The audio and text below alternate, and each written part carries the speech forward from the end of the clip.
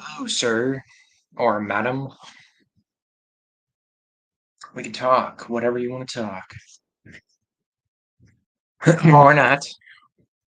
Any questions? Anything? Anything you got for me? I'm all ears.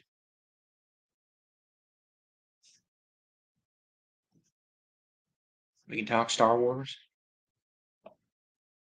or not.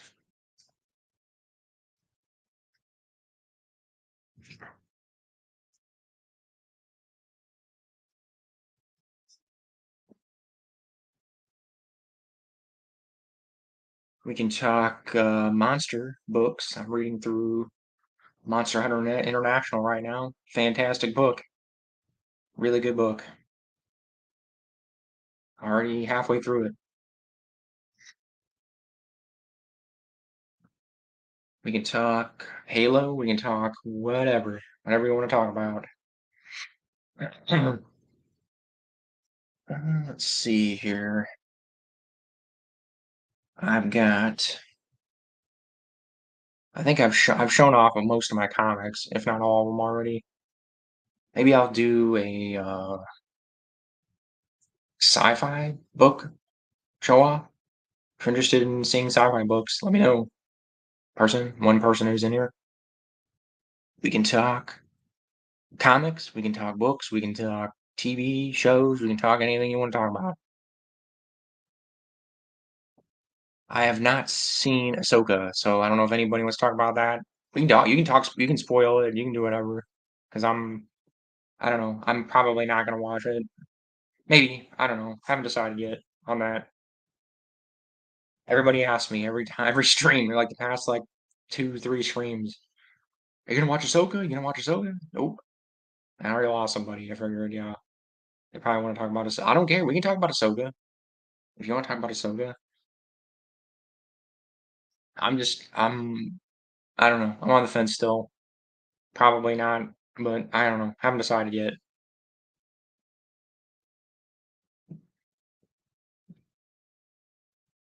Ask a question. Ask away. If you got anything you want to ask or talk about, let me know. Anything at all. I'm all ears. Might show off. Let's see. Let's see. Let's go through. I always thought the New Rebellion cover was always kind of underrated. I always thought that was a cool cover. The skull. I don't know. It's kind of like a lot of people don't like it. A lot of people do not like the New Rebellion cover for some reason, and I don't know why. It's a great Bantam cover. I don't know. I mean, I like honestly. I pretty much like all the Bantam covers. I really don't have. I don't know. I can't think of any of them that are bad. Maybe. Um. I mean, maybe Courtship of Princess Leia is the only one that's kind of just okay. But even that one's not bad. But I don't know. People crap on this one for some reason, and I always thought it was cool. The skull, it kind of gives it like a menacing kind of like vibe. I don't know. I like it.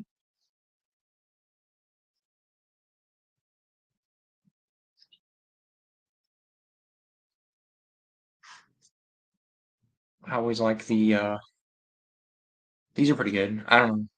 I always thought these were just okay. Blackfeet Rises cover wise. Honestly, I don't know. I think these could have been a little better, but I don't know. They're not bad.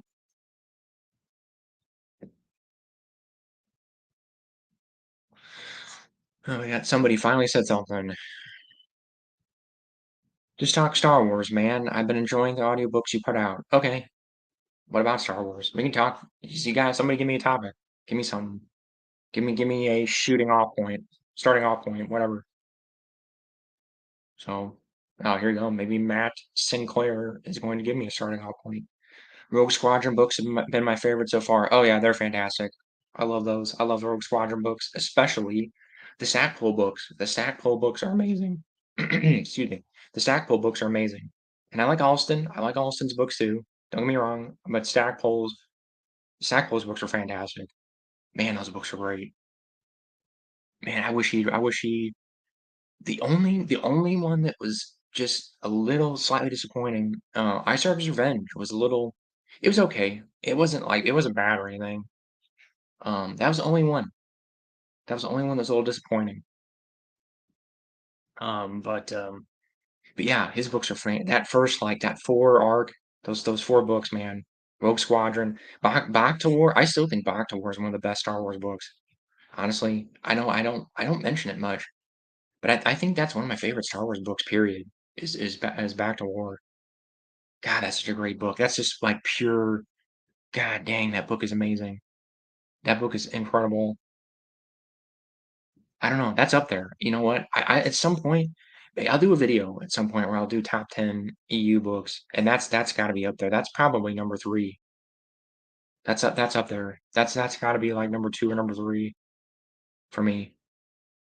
That's tough. I don't know. I like iJedi a lot. I do like iJedi a lot too. Those are both high for me. And I know that's kind of a controversial opinion, sort of, because iJedi is really divisive. It's very divisive. I agree with that. Yeah. Yeah, Back to War is great, man. God, it's fantastic. This might be sacrilegious, but I think I actually like it better than um, the Thrawn trilogy. I think I like Stackpole's books. I think I like that quartet, those 4 books there. I think that beats the Thrawn trilogy for me. I know that's like sacrilege. That's like it's tough. They're really close. The Thrawn trilogy is amazing. I don't know. It's really tough. Oof, it's really, really tough. They're both neck and neck. They're both really close for me. I don't know. That's tough. That's really tough. I know that's a little sacrilegious. I'm probably gonna upset some people. I just really like Stackpole. I really, really like Stackpole. His only dud was Ice Heart's Revenge, and even that wasn't a dud. It was still good. It was just a little for him. Like by Star Wars standards, like by just book standard sci-fi book standards, it was good. But by his standards, it was a little bit of a dud. But that's it. That's like his only mediocre book, in my opinion. Even his NJO books are great. All of his X-Wing books are great. Aside from that one being a little slight dud, High Jedi is amazing. I don't know. Anyway, I'll move on. We can talk more about that. But Splinter of the Mind's Eye thoughts. I have not read it. I know that's like sacrilege. I have not read it. I flipped through the comics. Flipped through the comics, and I kind of know the general plot of it. I need to read it. I have not read most of the Del Rey stuff. I've only read the Lando early Del Rey. I've only read the Lando books and the first Han Solo book. I have not read all the. I need to read the rest of the Han Solo books and Splinter because I really like Alan Dean Foster. I need to read it. I know that's like sacrilege. But isn't it like really weird? It's like it has a because I know the story behind it. I know I even watched a thing with Foster because he said he talked to Lucas. He went to Lucasfilm Ranch or whatever or Skywalker Ranch and didn't he talk with Lucas and it was gonna be maybe Skywalker Ranch didn't exist yet, but whatever. He talked to Lucas and that was originally gonna be the sequel, like if Star Wars bombed, that was gonna be the sequel. It was just gonna be like a cheap, and it was written in Foster wrote it to be like kind of cheap, to just be able to make a cheap movie out of it. So it has like weird stuff. It doesn't have like a bunch of weird, like they're like Luke recharges his lightsaber. There's like a bunch of weird stuff in it, and I know that's where we got kyber crystals from. And there's some important stuff in there, but it's like it does not fit with the rest of the EU. Isn't it one of those? It's one of those books that like I'm kind of hesitant. I again I hate to say this, and I know this is a little sacrilege, but I'm kind of hesitant to read like the Marvel comics. I've read a few of them. And from what I've read, they're actually decent. But like a lot of that stuff does not fit with the EU at all. Like, doesn't it like not fit real well? Like some of the stuff I read, even like the Lando books. I read the Lando books, and they're a little weird. I remember reading those when I was a kid, and I'm like, this is weird. This doesn't really fit. Like it doesn't fit real well. It definitely doesn't fit with the EU, but it kind of even with the regular Star Wars, like the movies and stuff, it's a little odd. But like it doesn't it? It kind of is one of those things where it's sort of like it for a while there wasn't it kind of like not quite canon or it was ignored kind of like the Jedi Prince books and the Marvel. I know the Marvel comics were ignored for a really long time, and then I know the later EU kind of started to recognize it, kind of started acknowledging them more, but. That's why I'm hesitant to read those. I'm probably gonna put those at the end for for my reading, like my read through the EU. They're probably gonna be near the end because I just I remember reading the Lando books and they were weird. I want to reread them as an adult. Maybe they'll go over better as an adult for me. But I read them as a kid and I remember them being weird and not meshing real well with the other stuff I read. Yeah, that's true. Yeah, okay. I know the general gist of it. I need to read it though. I know I like Alan Dean Foster, so I need to read it. I have a copy of it. I guess I can show it to you real quick. Did you ever listen to the original movies, record or cassette books? I read the novelizations. Yes, I've read the novelizations. Not I have not listened to the audiobooks. No, I have not. I can put those up on the channel. Like I probably will at some point. You can request them if you want to request them on Patreon, or if you want to just wait. I'll eventually get to them. But no, I have not. I have not listened to them. I have read them though, and I really liked the I remember distinctly liking the novelization for The Empire Strikes Back. That had a really good novelization. I like that. There were some cool scenes with Vader. Like there's some stuff where like Vader's talking about trying to figure out how to breathe without a suit. I distinctly remember that as a kid. Really, really thinking that was cool. I need to reread them as an adult. I haven't reread them as an adult, but I remember reading them as a kid and enjoying them. Yeah, getting there's some extra scenes like Return of the Jedi gets you get some scenes with Jared Gerard, right? And that was all cut. That was all cut from the movie. All the stuff from Jared Gerard was completely cut, and that's pretty sure that's in the novelization. And then there's some stuff and I know in the New Hope there's some stuff with Biggs, right? Or Tachi Station. I'm pretty sure there's a little bit there or something. Dude, there's some more scenes with them or something, I think. I remember that. So yeah, they're worth reading definitely. People overlook the novelizations, and that's a shame because there's stuff in there that's worth. I was like that for the longest time. I'll admit, I did not read the novelizations because I just thought, what's the point? You know why? It's just I already saw the movie, but there's extra stuff in there. The prequel novelizations are really good. Honestly, the prequel novelizations are I think are better, almost better than the movies, especially Revenge of the Sith. I haven't read it since I was a kid, but man, I remember the Revenge of the Sith novelization was awesome. I like Matthew Stover though. I like all his books. I haven't read Shadows of Mindor, but I liked all his other books. Like his NJO book was fantastic. Shattered Point was fantastic. The novelization Revenge of the Sith was awesome. So at least all the ones I've read of his, I like him. And I'm sad he's not active. He doesn't write books anymore. He like retired, I think, or something. He's like semi-retired or something. I really wish if he even non-Star Wars, I would read his non-Star Wars books if he kept putting out non-Star Wars stuff. That's a shame. I don't know. I lost two people. Other people, you want to say things? I don't know. My counter might be off. I'm starting to wonder if maybe my counter's off because I there's times where I know there's more than like two people in here. I don't know. Other two people, if you're in here, aside from Ocean Views and Matt, say something because I want to know if you're here. If you're I don't know if you're getting kicked out or whatever. If something's happening. Yeah, Marvel Comics in the '80s was fun to read. Yeah, no, I have nothing against them at all. I need to read them. I know I probably I will. I'm gonna read them at some point. I'm just they're kind of on the back burner for me because I don't know, they just don't from things I've seen and just different things, they don't fit real well with the EU, and I know they were ignored for them for a really long time. They were ignored.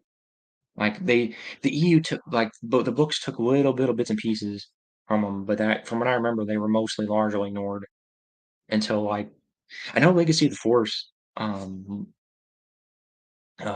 a lot from them. I know that because I remember like Lumaya and um a bunch of different things. So there's some different things. Um, and I know they've been referenced here and there. I know I need to read them. I know it's like sort of sacrilege, but though that again, that was before my time. That might be part of it, and I'm trying not to be that way as much. That was before my time because that was '80s. That ended, I think, yeah, around the late '80s, right? Because that was the dark times. Yeah, that was the I wasn't around yet. I'm a '90. I mean, I was literally born in '90, so I just missed that. I just missed the Marvel Comics by like a year or two. So I probably would have read them if I had been a few years older. I would have read them, I'm sure, and I will eventually. I have a lot of them loose. My dad bought a collection. Oh man, I lost somebody there. Ooh, ooh. I show my age there, I guess, because I'm old or young, too young or whatever. But anyway, I have a lot of them loose. My dad bought a collection, so I've got a lot of them loose. I have the floppies, the individual issues. So yeah, I'm gonna read them for sure at some point. I'm more of a book guy. You know what's funny? I was never, even as a kid, I was never huge into comics. I would read them like once in a while. And I kind of read them. I read them more as a teen. My biggest comic book time was probably my teens. Yeah, because like my teens, early 20s, because I was in college and stuff. And I didn't want to sit and read a book. But overall, like most of my life, I've been more of a book person. I'd rather sit and read a novel. I'm more of a book guy than a comic book guy. I know that's again like in the nerd world, that's like sacrilege. And I love comics. Don't get me wrong, I love them. I love comic books, but I'm like to me, it's like novels. Novels are up here, and then comics are like a notch down, and then like everything else below that in terms of like print media. But ever hear or read about a possible deleted ROTG scenes on Endor with bounty hunters helping the Imperials? I've heard that rumor. I've heard that rumor. I think that's just a rumor. I don't think that's real. I doubt it. I don't think that's real. That might have been something maybe that was written that George wrote and it was I doubt it was ever shot. I don't think it was ever shot. I would be shocked because there'd be footage of it somewhere. I doubt it. I really doubt it. I've heard about that though, yeah. There was a bunch of deleted scenes from, it was weird, and that irritated me about the DVDs.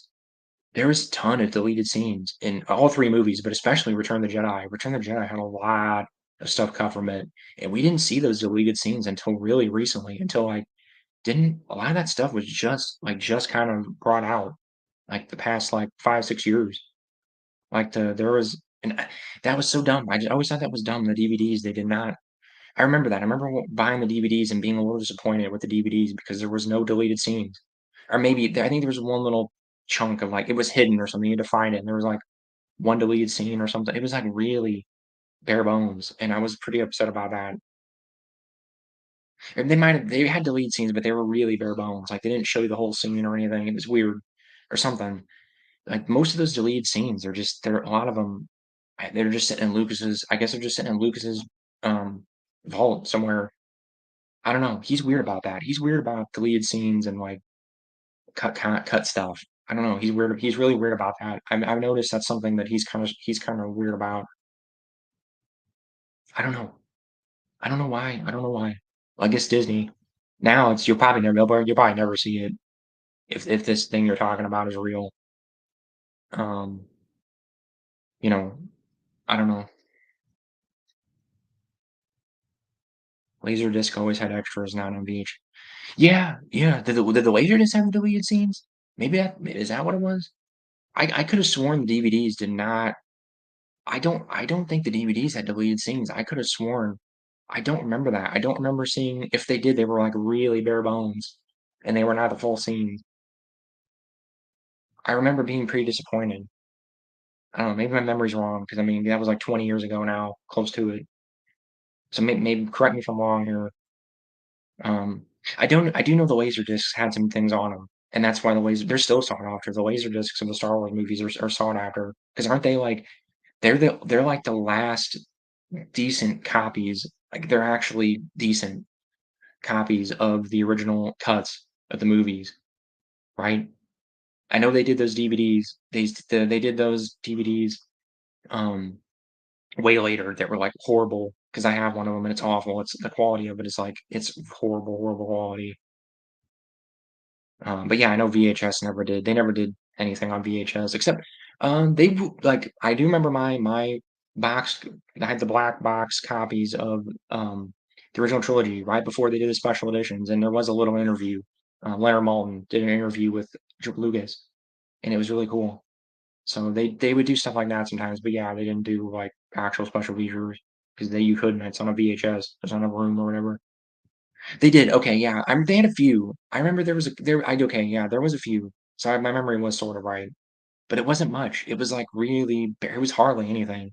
Like those ones, that one deleted scene, Return of the Jedi, where um Han and Luke or whatever meet the Millennium Falcon, whatever that. I don't think that was there.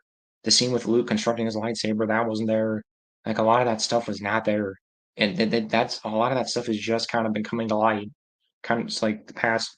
I mean, maybe I'm probably dating myself here, but it maybe it was 10 years ago. But those DVDs came out in like 2004, man. I remember being I remember being disappointed. There wasn't more, like, behind the scenes stuff.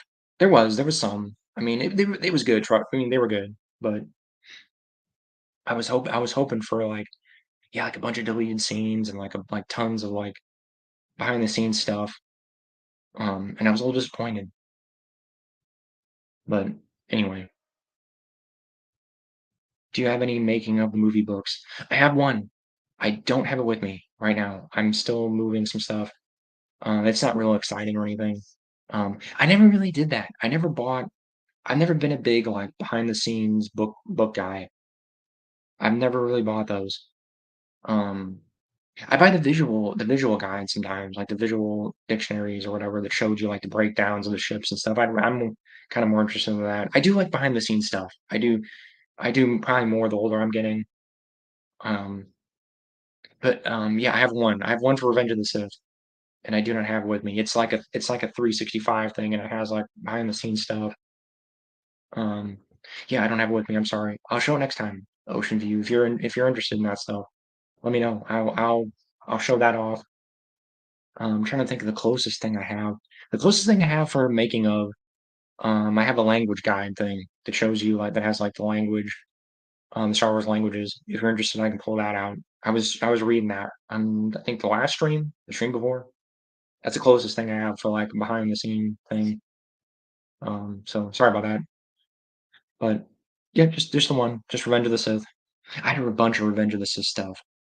Revenge of the Sith, man. God, Revenge of the Sith. That the hype was real for that. I think I mentioned this on one of the other streams, but I was talking with a guy on the internet, and he was like, "Oh man, Revenge of the Sith, man. By nobody cared about Revenge of the Sith." And I'm like, you weren't around, or what? You were either not paying attention or you were not around, man. Because Revenge of the Sith hype was real, man. There was a lot of hype for Revenge of the Sith. I remember it very well because it was supposed to be the last one, and it was. It was gonna be the last one. Lucas said, "I'm not doing 7, 8, or 9. This is it." So anyway, that's a conversation for another time, unless somebody wants to talk about it. I'm gonna move on. Ooh, did I just quote Force Awakens? Oh, whatever. Ugh, sorry. Anyway, um, I didn't hate Force Awakens though. Don't worry. For Disney people, that there's only two people here, but anyway, do you read source books? They have a lot of extra info. Ocean views. Sometimes, yeah, sometimes. If you're talking about like the RPG source books they're talking about, I've read couple of them. Yeah, if that's what you're talking about. I do not have any. I know they're getting really expensive now.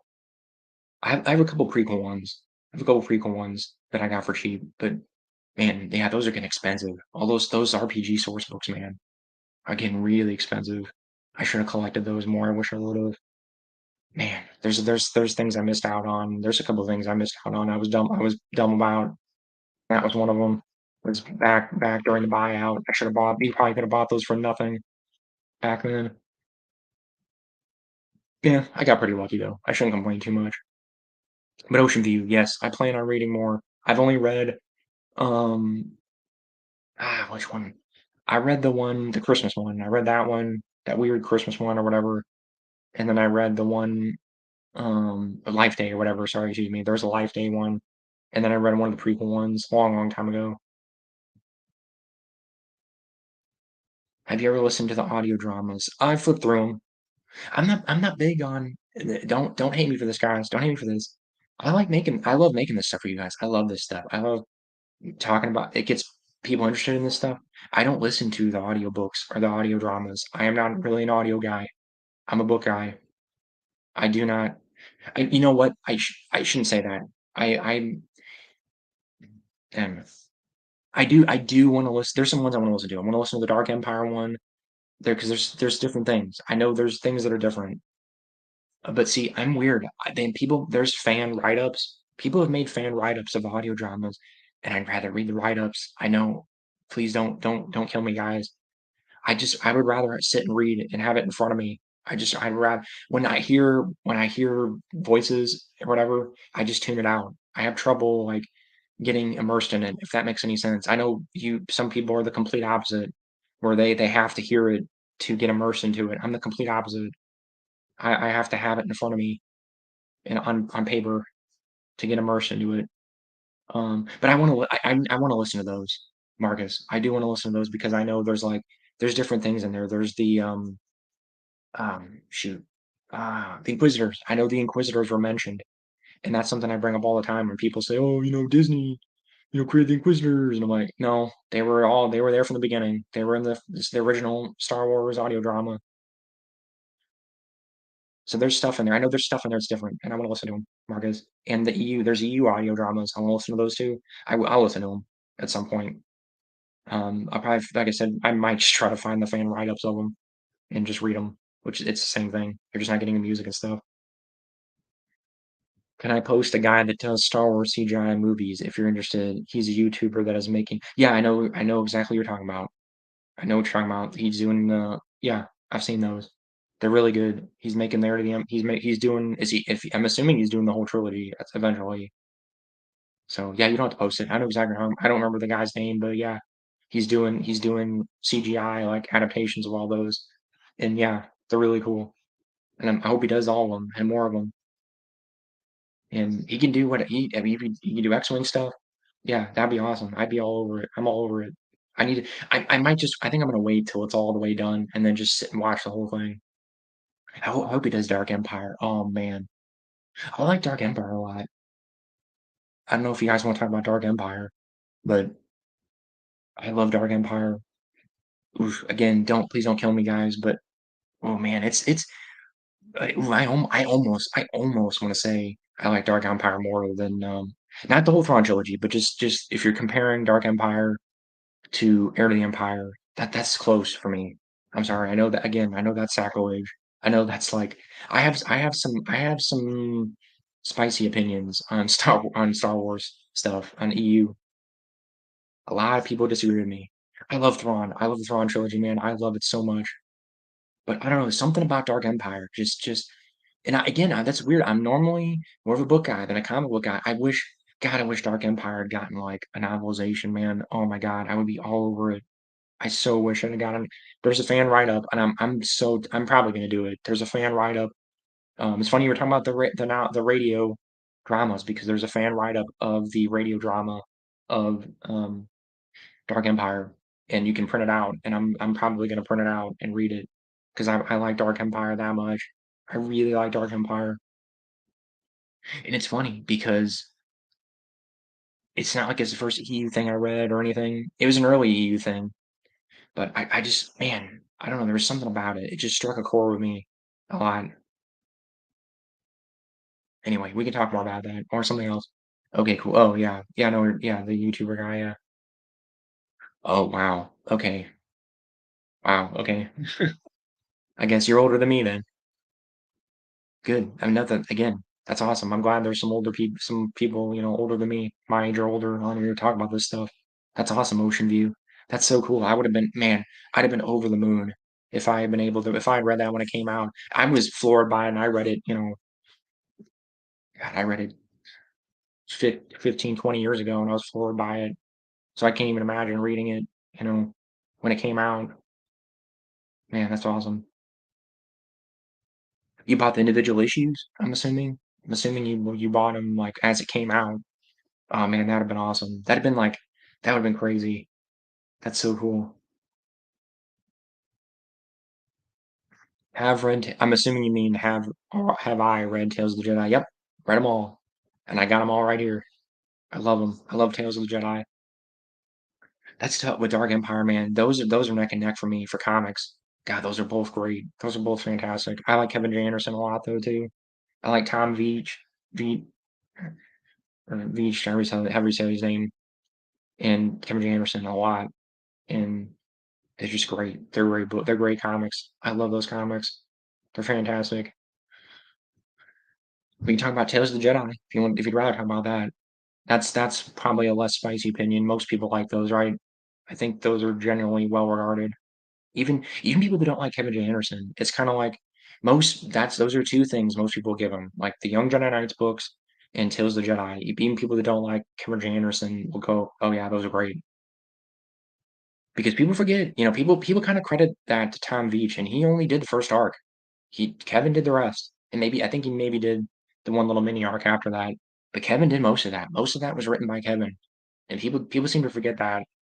They just attribute the whole thing to Veach, and yeah, he was the progenitor of it and like kicked it off. But Kevin to me, it's like football. Like if you want to use a football analogy, you know, Tom got it going, and then to me, Kevin carried it to the end zone there. He did the touchdown to me because it just gets better and better. I think it starts off great.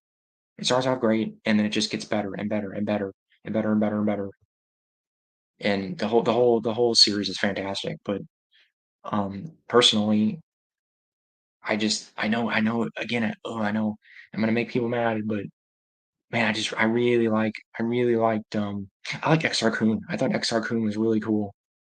I really like his character and his arc, and I just thought he was a really interesting character. And then I loved how Kevin used him in the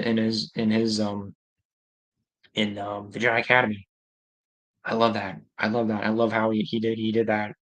Because I remember I read something kind of recently. Actually, this maybe not maybe a year ago or something. It was going to be something else. Kevin was like, I was trying to come up with a story, and I wanted to have an evil Sith Lord. And I'm like, oh wait a minute, I'm going to be writing this thing, Tales of the Jedi, and then maybe no, he created he created Exar Kun, and I think he went, oh man, that's all, that's perfect. I'll have him come back, and then he'll mess with the Jedi trainees. And I just thought that was awesome. I love that plot line though. I know the Jedi Academy game kind of reused it, but I even liked it in that too with what was it, Marco Ragnos, right? Marco Ragnos. I love that stuff. I love like ancient Sith lords, and I love that kind of stuff. What's a funny series? You mean like funny haha, or like it had some funny haha stuff in it? Or you just mean odd? Like I'm not sure what you mean there. It's slightly tonally inconsistent. I'll give you that because it changed hands because we went from Veach to. It starts off kind of like yeah, it was a little lighter under Aunt Kevin, but I like that. I kind of like it wasn't it was weird. I don't know if I'm not sure what you mean by that. If give me more detail there, Marcus. What you mean by funny? If you mean funny, ha, or just like odd, or well, I'm not sure what you mean there. Let me know what you mean, Marcus. I'm all yours. I can talk about this stuff. I really like Tales of the Jedi, so I can talk about that all night long if you want. In the bottom right corner of the original Star Wars novel, look close to see some stormtroopers that might be prototypes. Your thoughts? If you have it, I do have it. You mean the hardcover? What do you mean? Oh, I think I know what you mean. Hang on, one second.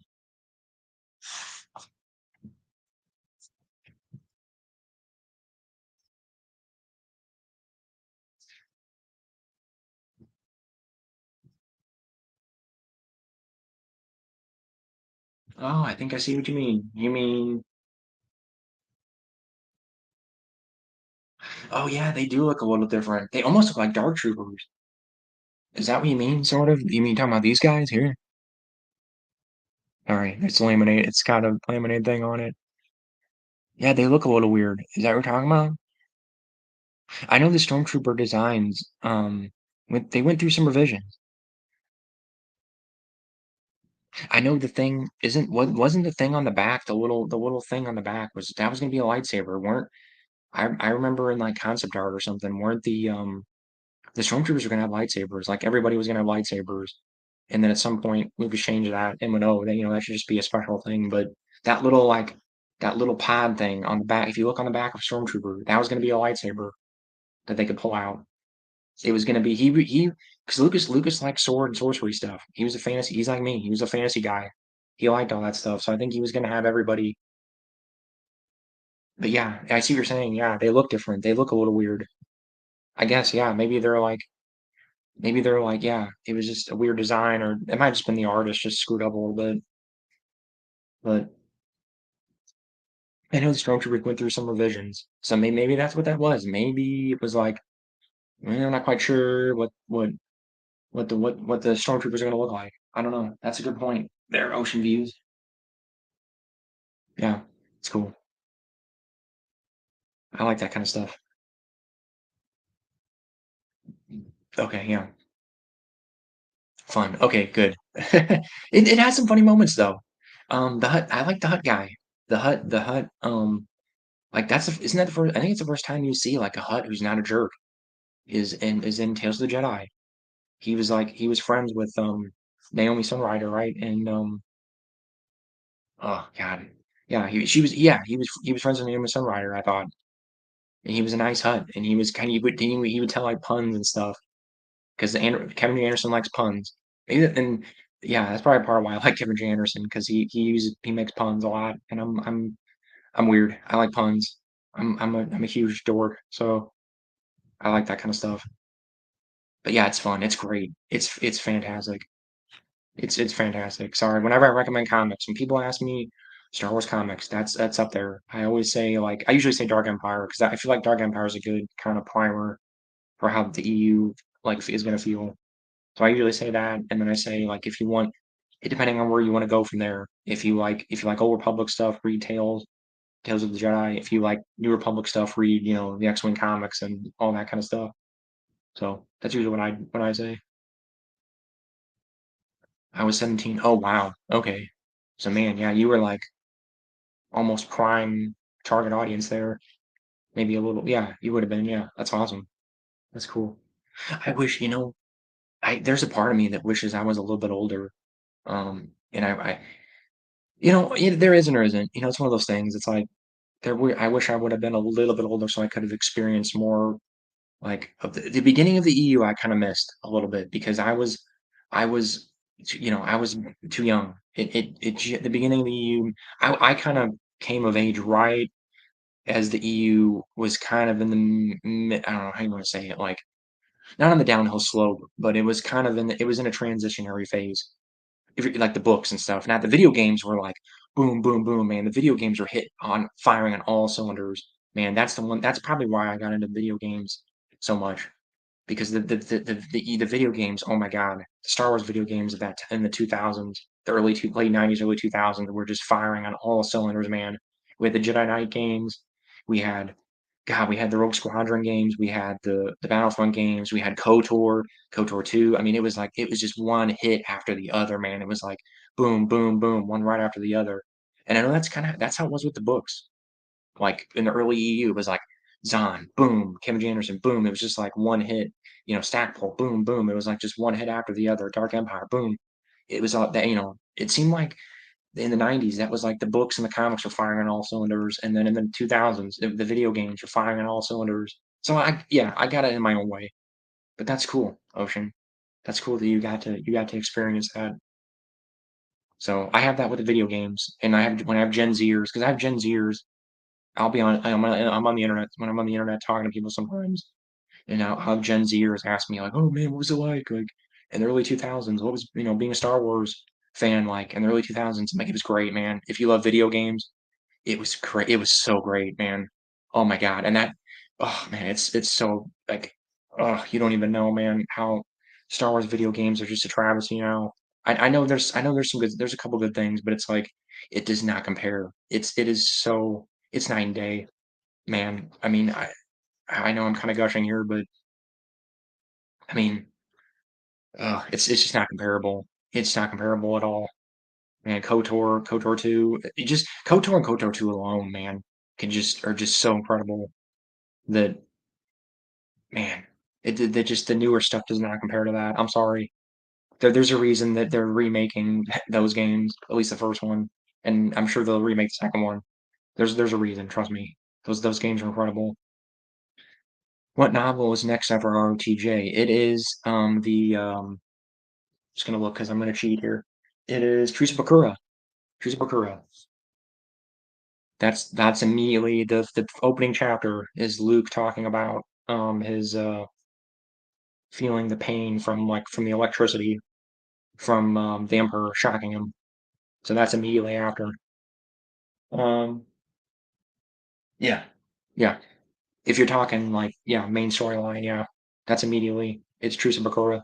I can grab it, I guess. I don't need probably need to put this back.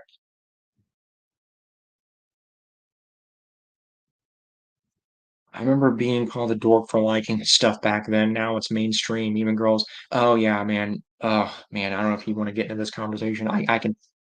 Oh, God, nerd culture, man, is totally different now. It's main. Yeah. It's mainstream. It's pop culture now.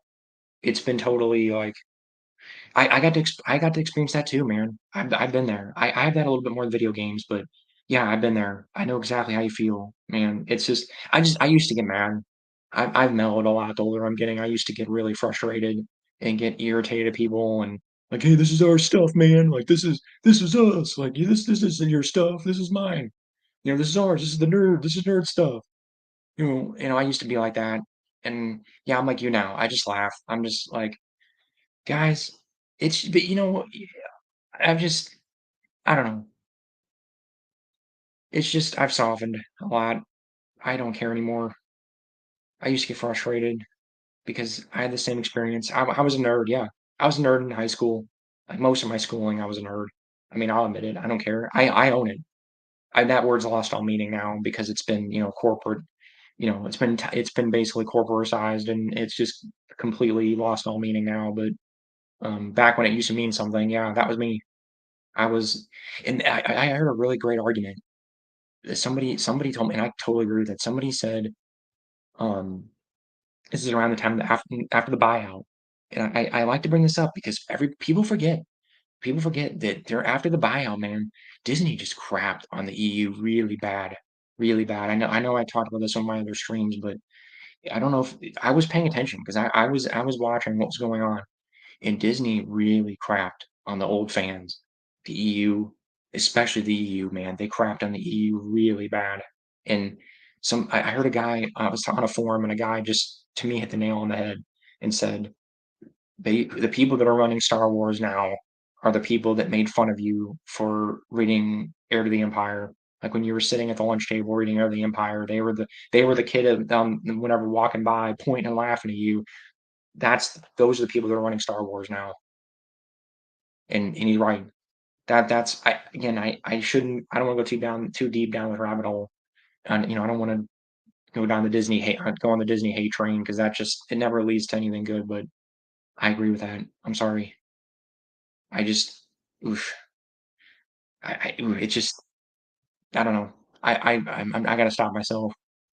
Ocean View, you're preaching to the choir here, Ocean View. We can talk more about this stuff. Let me know. I'm tempted now. I better not though. I'm worried I'm gonna upset people and I don't know. Hey, Star Wars is for everybody. I'm not gonna tell anybody and anybody can be Star Wars fan. I'm not any I don't care. I don't care. But please don't the only thing that upsets me, just don't crap on us. Don't crap on the people, the old fans. Why do that? That irritated me so much when Disney did that. And there's people out there that still do that. Like you like those stupid old books and comic books. You're stupid. Like you're just an old stupid fat nerd and why do that? Please, why do that? That's just mean. I mean, come on, seriously. We're all Star Wars fans. I'm not trying to. I used to, kind of be like, I know more about Star Wars than you, blah blah blah. And that's not any better. I'm just the other end of it. You're just being just as ignorant. You're just on the other end and just being like, oh, I'm better than you because I know, I know what a kyber crystal is and blah blah blah and whatever. You're not any better than you're just on the other end of it. You're just being a nerd snob. So not you at all. I'm just saying I'm trying to go down that road, man. But you're Ocean View. You're preaching to the choir here. Authors of EU put a lot of work into Star Wars book and comic. Yeah, I agree, 100%, Marcus. And that's part of what's frustrating. Is it's all this. That's man, I was mad. I was so mad. I did a video about it too, and I think I deleted it because it was bad. But I was so mad when they decanonized everything, man. I was so pissed for a while, for a long time there, because it felt like they just threw it in the garbage. It just felt like okay, we don't need this anymore. Into the trash it goes. it was saddening. It was upsetting, and um, a lot of what's helped me is I've talked with some EU authors. Like I talked with Kevin. I've talked with him, over the internet, and he seems pretty cool about it. Like he wasn't happy about it, but he's kind of like he seemed like he made his peace with it, and he's kind of like, okay, they're going in a different direction. They're doing their own thing, and he kind of goes, hey, they're keeping my books in print. You know, it's getting my name out there. He seems to have made peace with it, and that's kind of what I've done. I'm not happy. I'm just not gonna say I'm happy about it. And once in a while, if I'm in a bad mood or something, I'll go on rants, and I don't really go on rants, but I get frustrated. But I try not to do that anymore because it's just not good for the soul to just be bitter and upset all the time. But yeah, I totally agree with you, Marcus. I've read a lot of the 70s and 80s Marvel comics, but haven't gotten into the UK series. Oh yeah, there is a UK series. Yeah, I need to read that. Once I get through the Marvel stuff, I'm sure I'll read that. I want to read foreign stuff. I have no issues with like I know there's German novels and like Hungarian novels that need to be translated and stuff like that, and I'll be all over that. I know there's a movement to like translate. There's some Han Solo novels and they're Hungarian or something. I'll read those whenever they get translated. I'm all over it. I have no issue with reading with foreign stuff whatsoever. So, what was it? There was something else. There was something oh man, I just lost my train of thought, but there was something related to that. Oh man. Yeah, because there's some novels, even non-Star Wars, like there's stuff I want to read that has not been translated that I'd like to read. Like, there's a bunch of like I think Far Cry. I used to like Far Cry a lot. There are Far Cry novels that are in German, and I wouldn't mind reading those because I like Far Cry. I know that's no, this is kind of out of left field here, but um, I think there's Assassin's Creed novels that are in a different language. There's like a bunch of stuff out there that's like that.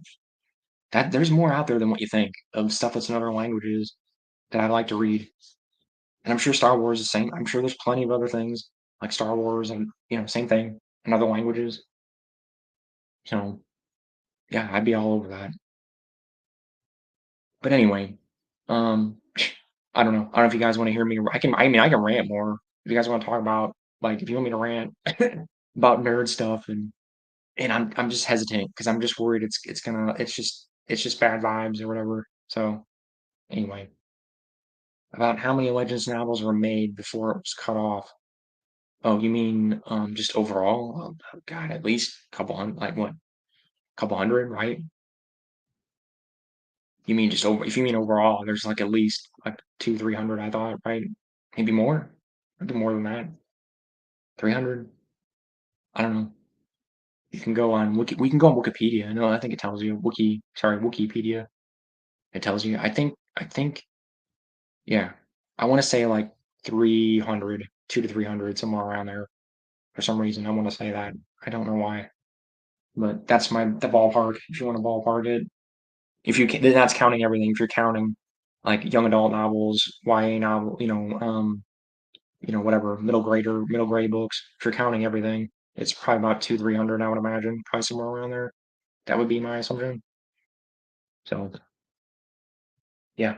Anyway, um, yeah, it was a ride. It was a lot. I think what's Disney's getting up to it. They're coming up. They've been cranking them out. They've been cranking them out.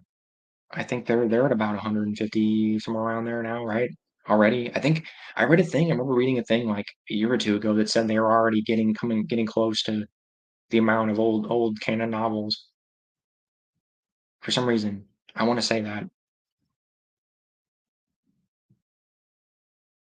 What do you think is the next best trilogy outside the Thrawn trilogy? Ooh, that's tough.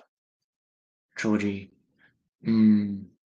Ooh, man, I'm gonna set my gut reaction is something that a lot of people probably can disagree with. But Jedi Academy trilogy. Sorry, I know a lot of people. That's kind of a controversial opinion because a lot of people do not like it. But it's foundational. It's to me, you pretty much have to read it. I think you have to. Like when people do ask me recommendations for like where to start with the EU, I always say I say Thrawn trilogy and Jedi Academy trilogy because it's Luke setting up his. I mean, it's the groundwork. It's the Luke setting up his academy, and it's laying all the groundwork for everything that comes after that. So to me, it's essential. Sorry, if you ever made if I was running like Essential Legends or whatever, that would be it would be right underneath Thrawn Trilogy for me. And I know that's an and I know it's a little bit of a controversial opinion, but it's like you have to read it. I mean, at least got to read a summary of it. You have to because you're gonna be like, who are all these people? Who are all these students? Luke students, and who are all these people? What's going on here? You're gonna be confused. So Jedi Academy trilogy. Sorry, I know it's again spicy opinion there, but what time do you go live for your channel? I'm on Pacific time. I just do it randomly. I know I need to start scheduling these, but I don't know. Sometimes I just pop on here sometimes. I know I need to schedule it to give you guys some heads up. I usually go in the evening. I'm usually when I do it, it's usually on the week. I try to do it on the weekends, and I try to do it around like 8, 9 central. I'm central, so I guess for you that'd be like 6, right? 6 or 7, somewhere around there. So but I'm on different times, Ocean. So let me know if you want me to, like I said, let me know, people, guys or gals who are in here. If you want me to start scheduling this, let me know. Maybe I'll start doing that. So it's not just, random and you guys can kind of prepare. I know I did that once. The second time, whatever, I kind of tried to give people warning, but I didn't seem to help much. So I don't know. I kind of just like to jump. I don't know. I kind of just like to jump on here, spur of the moment. But yeah, Ocean, let me know if you want me to give you like heads up. Oh, let me know, Ocean or anybody else. Maybe I'll do. I don't. Can I do polls on here? I can probably do a poll on here real quick. Maybe do like. Let me know, like just guys. Let me know if you want me to do ahead of time. Or you rather do spur of the moment or what? Let me know. I think I know the answer already, but hey, how are you? This is from Amalio Vella. Oh, I'm well. I'm very well. I'm sorry, I'm butchering your name there. Emaliano Vella. So I'm very well. How are you, Emilio? Sorry, I'm horrible. Oh, God, I'm horrible with names. Is that Italian? Sorry. Let me know. Let me know. I'm sorry. I apologize. I already apologize. I'm horrible with names. Emiliano. That's a nice name. That's nice.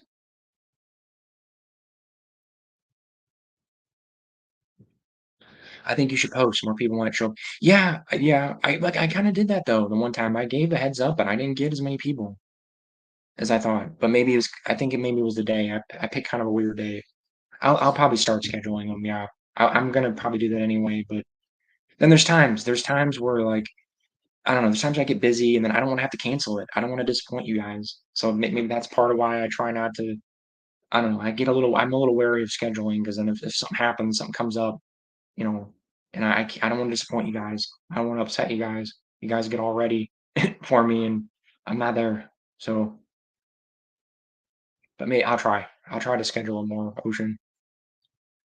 Good. Been very busy. High school has been pretty. I'm assuming you mean pretty tough or something. Yeah, yeah. High school was not fun for me. Oh man. You know, oof. Again, I'm a weirdo because most people. When I talk to people, most people are like, "Oh, I hated middle school. I hated junior high school." And, I love high school. I'm the complete opposite. I hated high school. I love middle school. I loved junior high. I don't know what it was.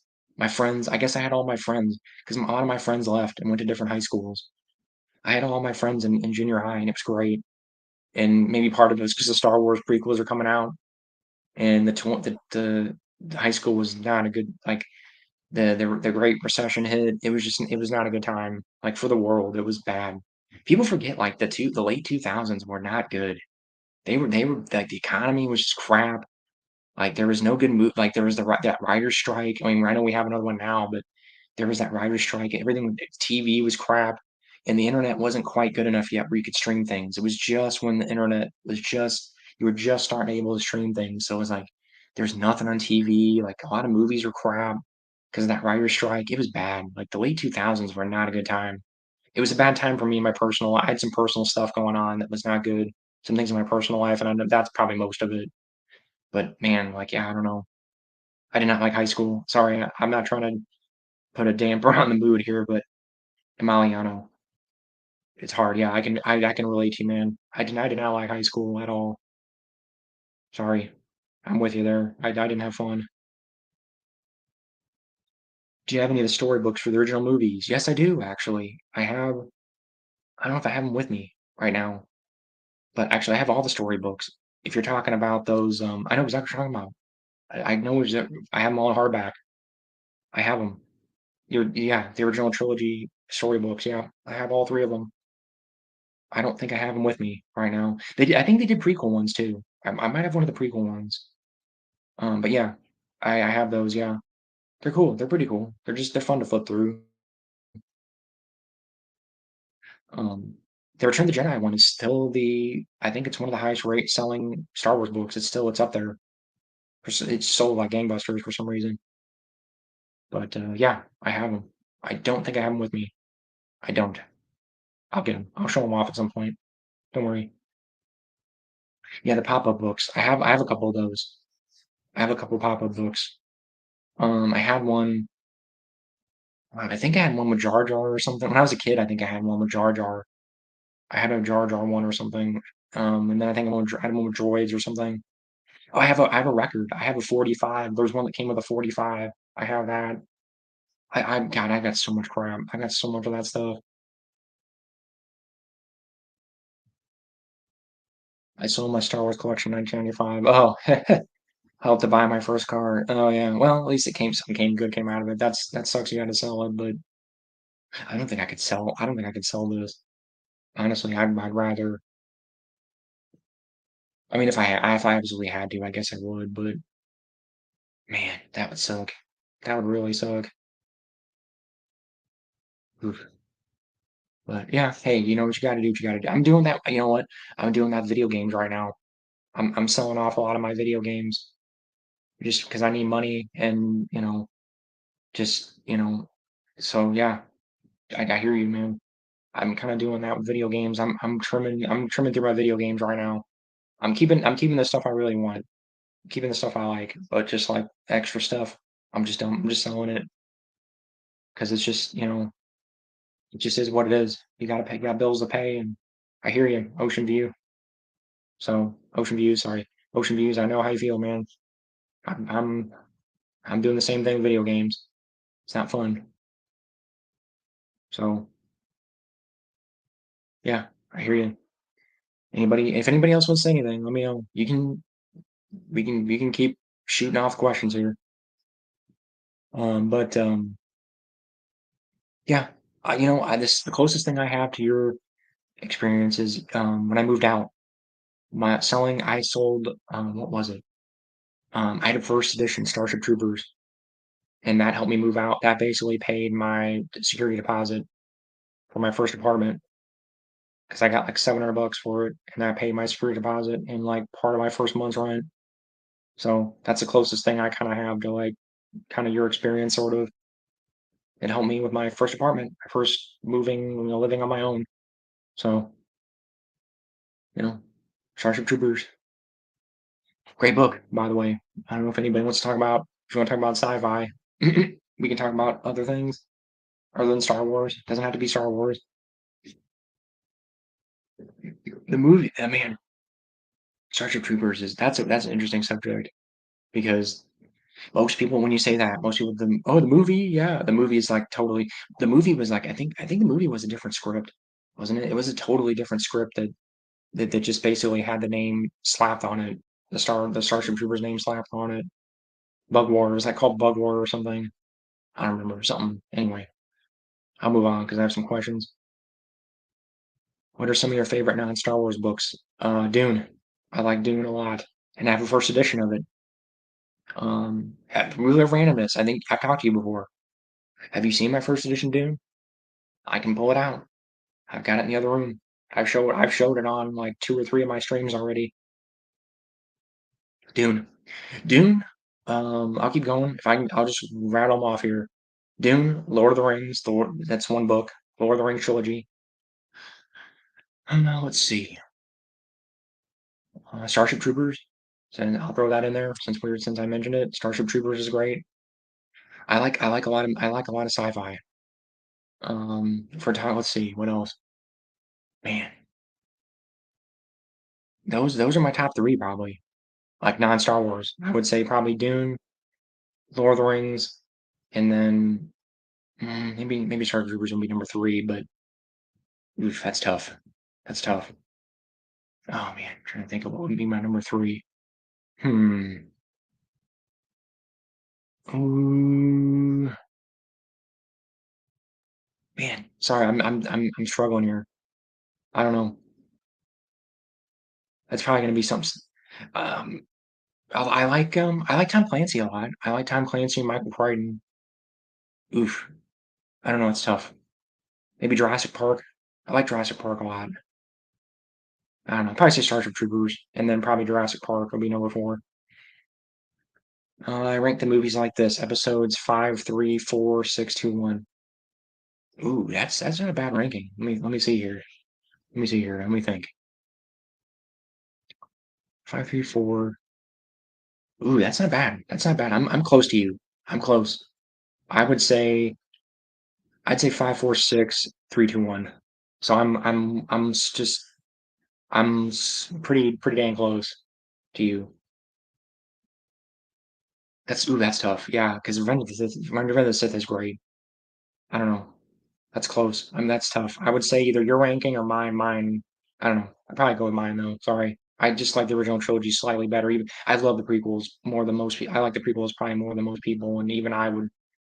Ooh, that's tough. I would still say Revenge. Revenge is slightly below A New Hope or Return of the Jedi, but anyway, we're pretty copacetic there. Ocean views. I haven't seen the first edition Dune yet. Ooh, okay. I'll pull it out here in a second. Don't worry. I'll get it out. Don't worry. Probably should have worded that better. But anyway. Uh, let's see. Congo. Congo's great. Oh yeah, I love Congo. I like all Crichton's books. Congo, Crichton's great. I still like Jurassic Park better. I like Jurassic Park and Prey are probably my two favorite books by him. But Congo's great. Congo is fantastic. Um, yeah. Man, I'm gonna quote that book, but the language is a little coarse. There's one quote. I love one quote for that book. I guess I'll just say it. But I love the part where was it Amy's doesn't want to get in the boat or whatever. She's scared of boats, right? Yeah, she's scared of boats, and she's she keeps going shitty, shitty, shitty. She keeps doing that, and the main character's like, hey, stop, stop. What do stop? And she's like, boat, shitty, shitty, Peter, shitty. Shitty people shitty. She just keeps like showing shitty, shitty. I don't. This is shitty. Like I like God. I dropped the book because I was laughing so hard. I fell out of my chair.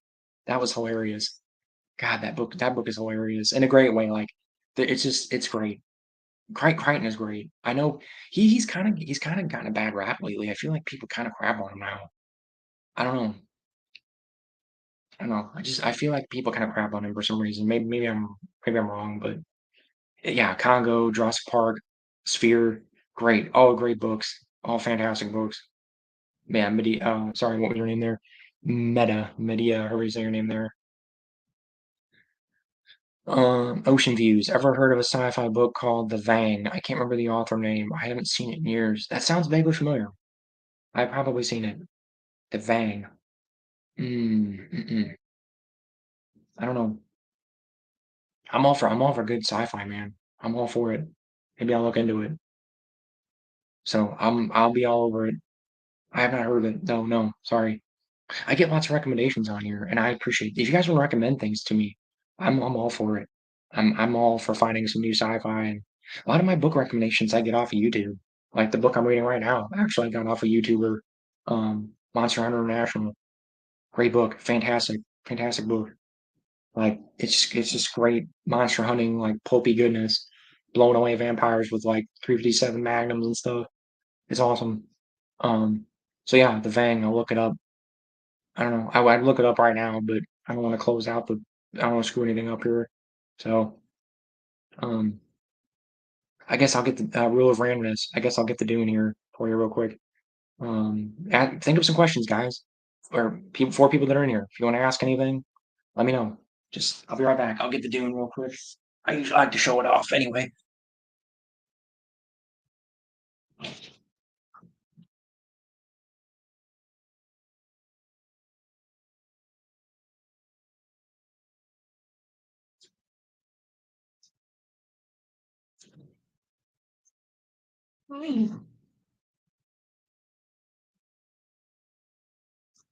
Boom. There you go. Oh, here I better. Boom.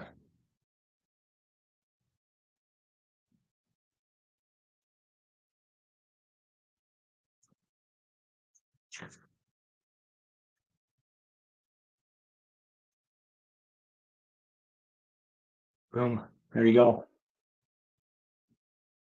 Pretty sweet, eh? Yep. Pride joy there. Man, I even looked up prices on these. I know these go for like thousands now. I think. Yep.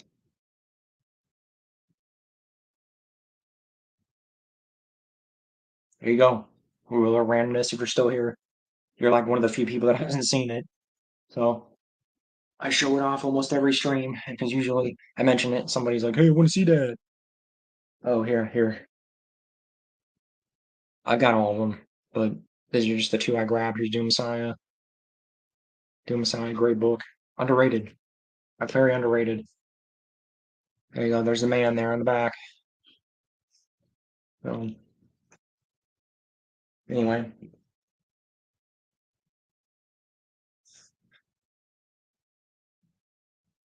thank you, sir or madam. It is. It's pretty awesome. I love it. I love Dune. I need to get. I think there's a Dune encyclopedia. It's the only thing I'm missing. I have all the Dune like stuff that was made under Frank. That's the only thing I'm missing is the Dune encyclopedia, the original. There's like a newer version of it, but I'll probably just buy the newer version because it's like way cheaper. But I even had the oh man, you're gonna hate me, ruler randomness. But I even had those painted covers. I can't remember what them who printed them, but those really cool painted paperbacks, and I had to sell them because I needed money to fix my car, um, or something. Oh man, they were really cool painted covers. They were reprints, but I wish I still had them because I'd like to show those to you. But thank you, ruler. I also liked reading a series called Wingman, kind of like World War III stuff. Yeah, I have heard of that. Actually, I've heard of. I think I remember seeing that at the bookstore one time, and I almost bought it.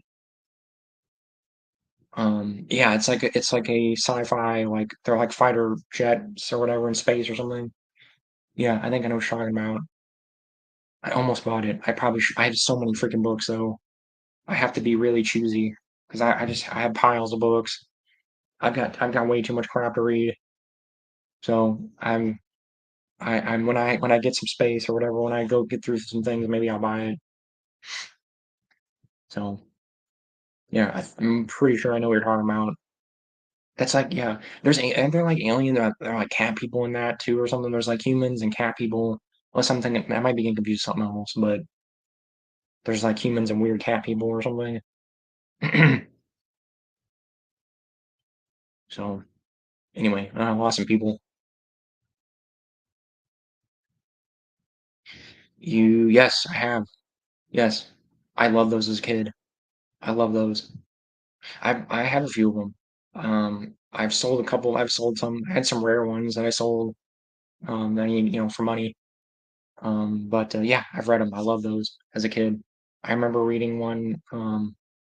There's one with a griffin or something that I really liked as a kid, and I reread the crap out of it. My library had them. I remember my school library had them, and I'd run them out because I could burn through them. I could burn through them really fast. Because I'm a fast reader. I could just burn. I could burn through them really quick. So I just rent like a bunch of them and just read through them like in an afternoon. I love those. I love those. Yeah, those were great. I'm weird. I'm a weird. I know. Again, I'm telling my age here. I'm a weird millennial. I liked a lot of Gen X things. Isn't that a Gen X thing? Choose your own adventure. Like most millennials just play video game, but yeah, trust me, I love video games. But that was kind of like that kind of that was like almost a pre-video video game. It was like yeah, it was kind of like almost like a walking simulator sort of. Anyway, I don't want to get too off topic. Um, have you ever read Brandon Sanderson's books? He does both sci-fi and fantasy. I have not, and I have his some of his books. I have The Way of Kings, and I have the Mistborn trilogy, and I have not read them yet. I got them all at a thrift store once, and I need to read them. I know. I need to read them because everybody says you need to read Brandon Sanders. It's one of those things where it's like, I guess I'm a hipster or something at heart because like when everybody keeps when I everybody keeps yelling at me like you need to read them, you need to read them. It kind of makes me like I'm gonna read it. Don't worry, I don't worry because it seems like it's up my alley. But it's like everybody's just crazy about Sanderson right now, and I have so much other stuff I want to read, but it almost kind of I guess I'm a what's the word? Not trying to think, not a hipster, but like I'm weird. I almost kind of go for things that aren't popular. I'm always a little hesitant when things are really super popular because it makes I know that's weird because I'm a Star Wars fan, but it almost makes me kind of like, I think I'll just read something else for now. But I'll read it. Don't worry. Little randomness. I know I'm being weird about it. Like, oof, I know you guys probably gonna hate me here, but like Harry Potter, that totally missed me. Like, totally missed me because there was multiple reasons, but like that did not appeal to me at all. I don't know why. I That did not appeal to me at all. And that was prime age. I was like prime. I was like 9, 10 when that came out, when that was at its height or whatever, and it just totally missed me. Totally. But, Star Wars the prequels are out.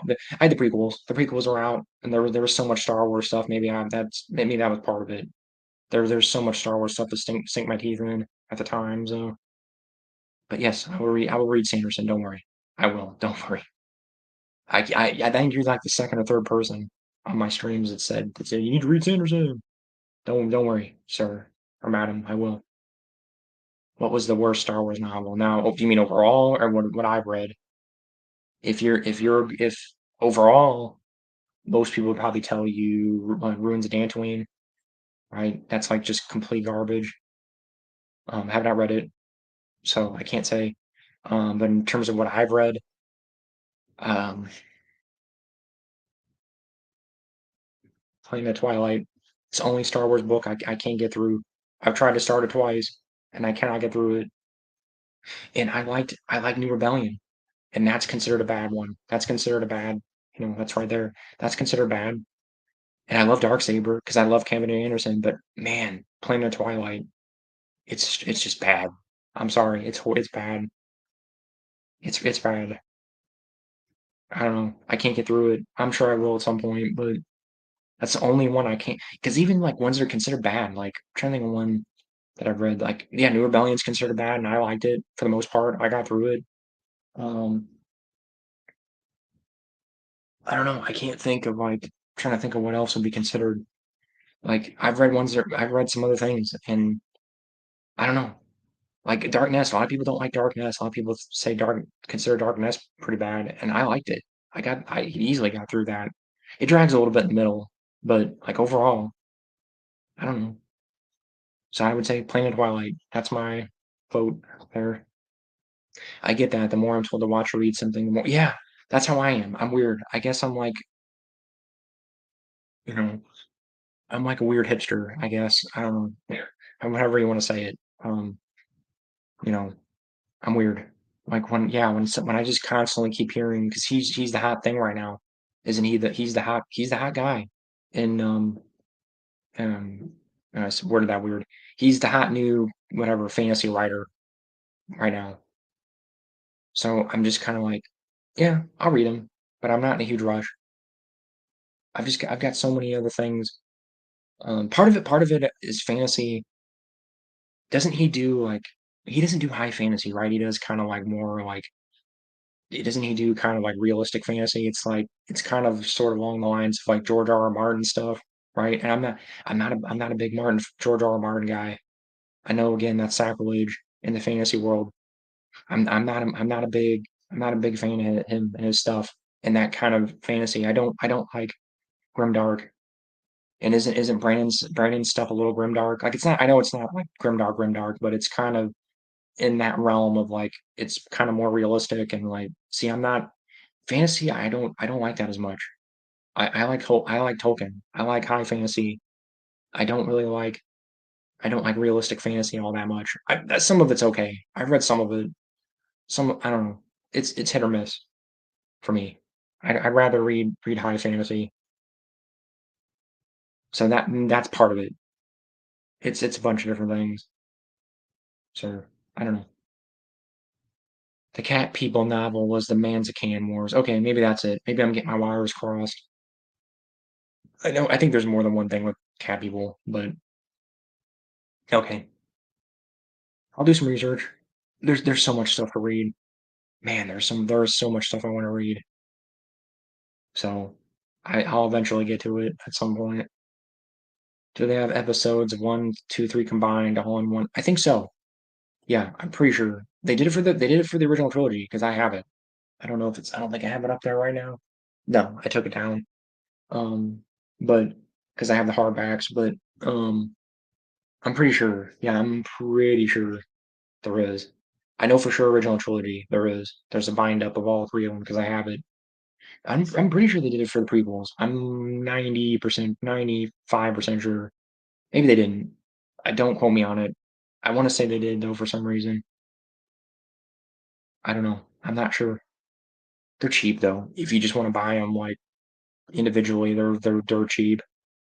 The original novels are getting starting to go up a little bit. Even paperbacks of those, though, those are going up a little. So if you want to get the originals, I'm out and grab them now. Um, but yeah, I'm pretty sure Ocean Views that the prequels kind of bind up. I'm pretty sure. If not, they're cheap. You can probably buy them all for less than $10. I'm sure. So I'll look for things. Yeah, no problem. That's a great thing. Books are so cheap now.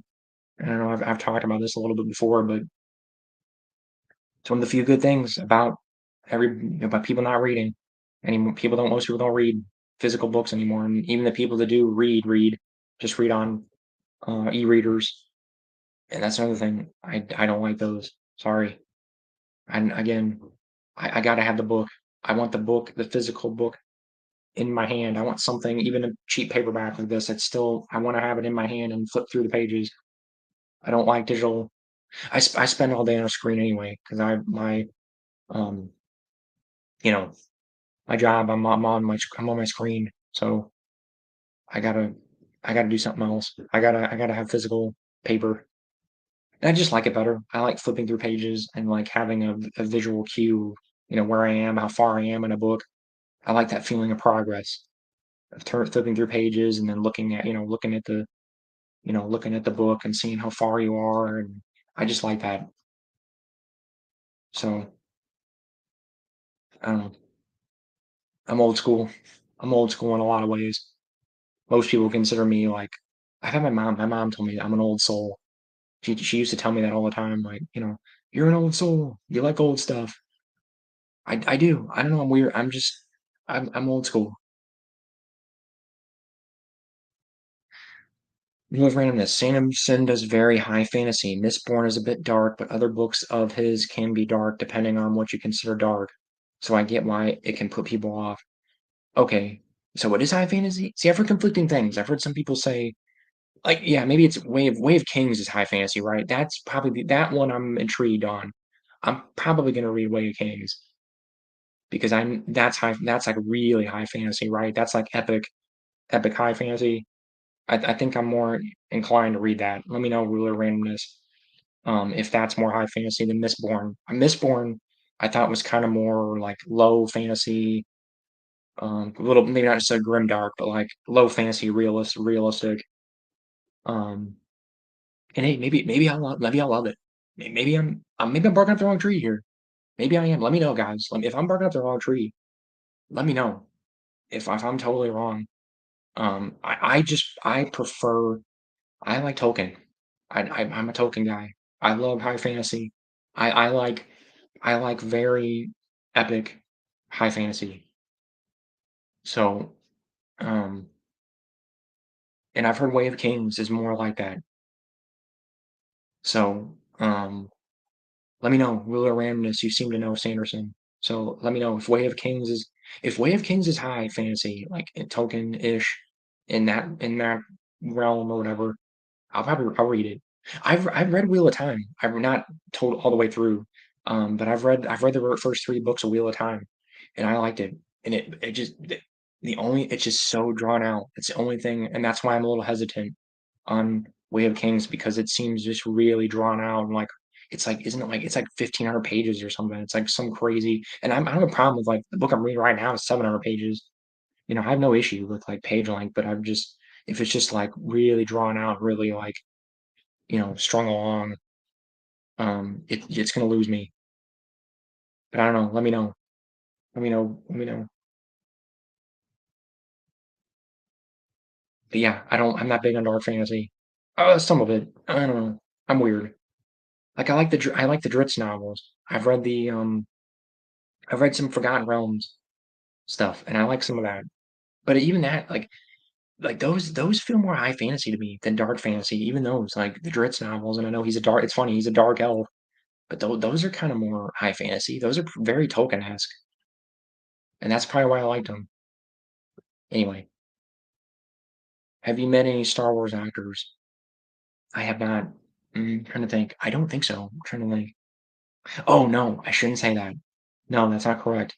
I met the guy that does Salacious Crumb's voice. The voice of Salacious Crumb. I did meet him. I met him at a con. I was at a book con, a comic book con. Actually it was a toy show. It was a toy show. And yeah, Salacious Crumb. And he did the little voice. It was hilarious. It was great.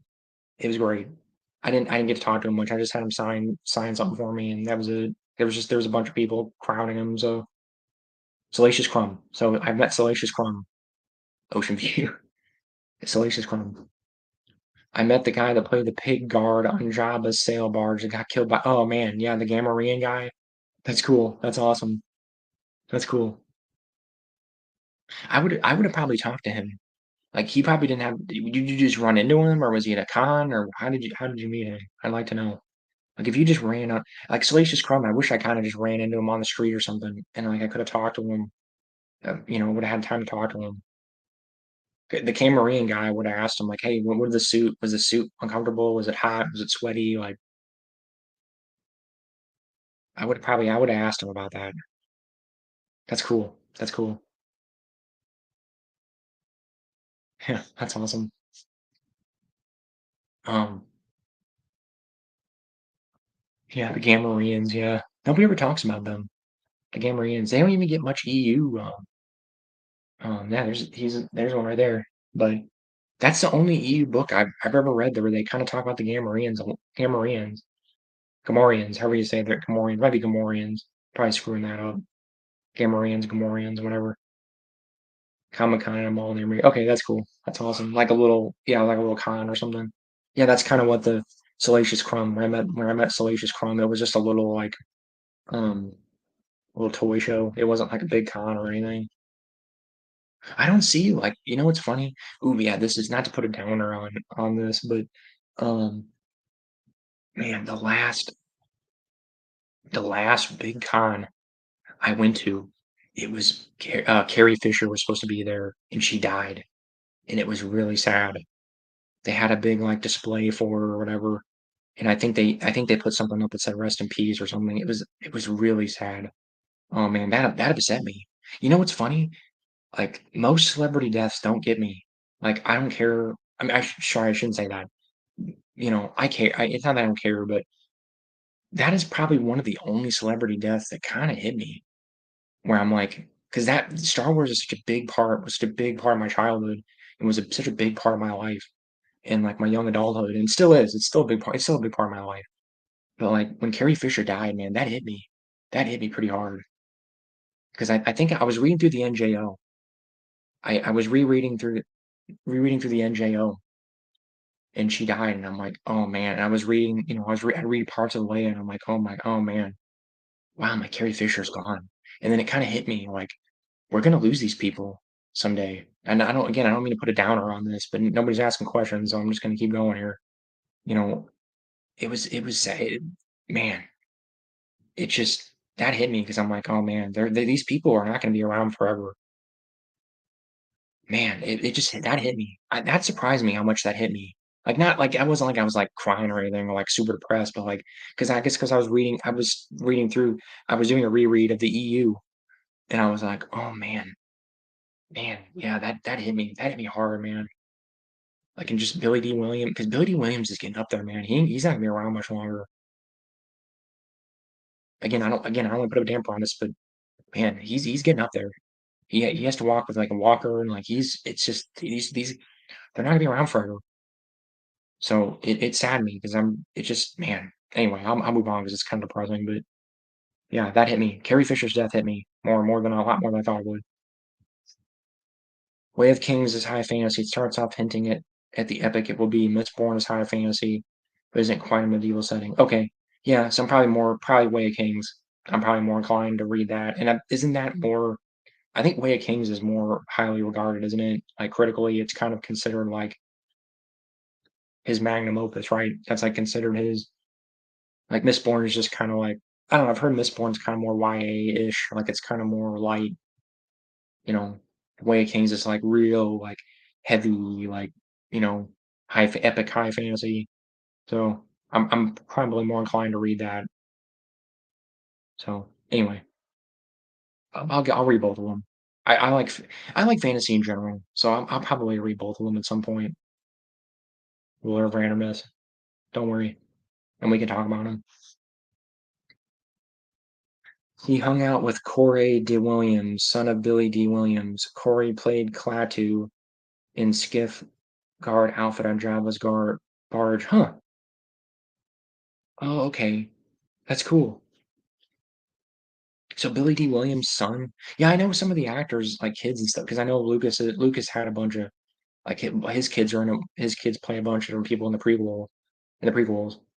That's cool. I didn't know that. That's awesome. So Billy D. Williams' son was Klaatu. He was or a Klaatu, I guess, in one of the on Jabba's barge. That's awesome. That's cool. That's cool. Yeah, yeah, man.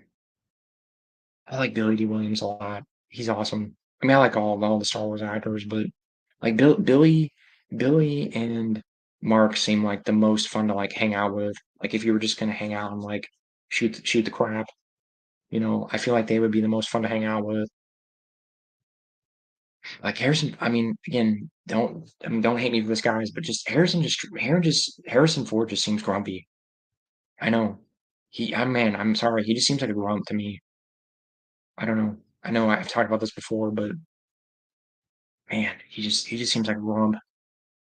I wouldn't. I don't know. I shouldn't say that. I don't know the man. I've never met him, but just from things I've seen and like just gauging like his interactions with people and stuff, fans and stuff. He does not like Star Wars. I know he hates Star Wars.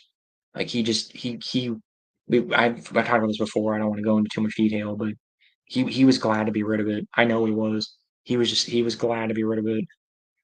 He hates it. He does not like Star Wars. I know that pretty much for a fact. He admits it. He pretty much flat out says it.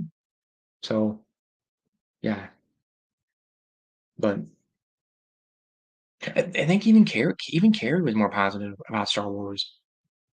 Carrie, I know Carrie kind of flip flopped a little bit, like about fans and stuff being kind of creepy. But I think overall, like as she got older, she kind of was more like she was more, she softened up on it. She seemed pretty cool about it, honestly, about the fans and stuff.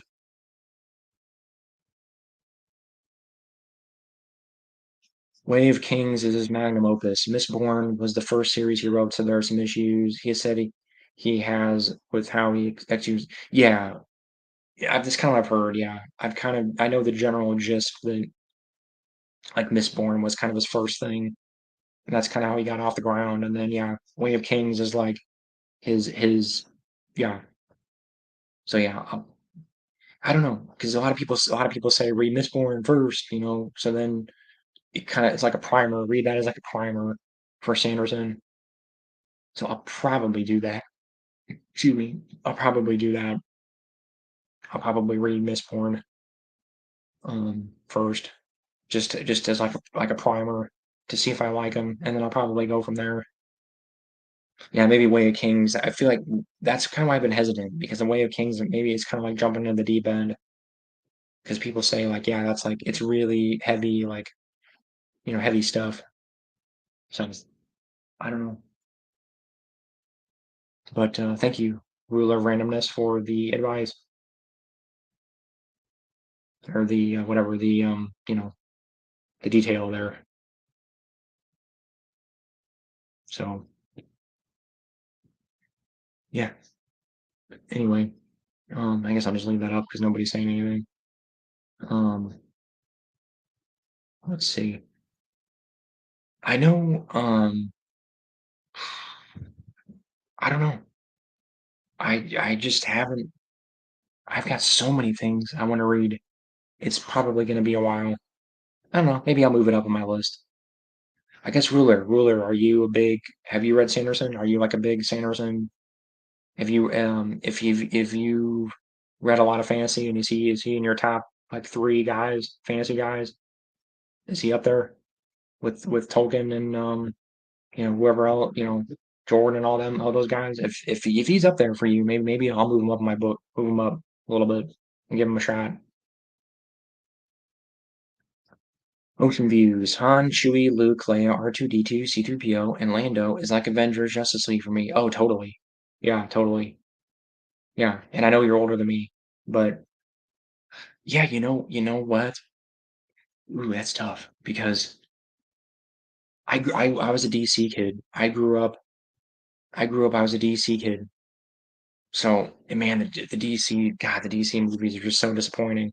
There's a couple that are good, but man, I was so like being a DC fan is pure suffering nowadays. Like in terms of movies, we get great video games. I mean, the video games are awesome. We have the Batman games, and and there's a few good movies here and there.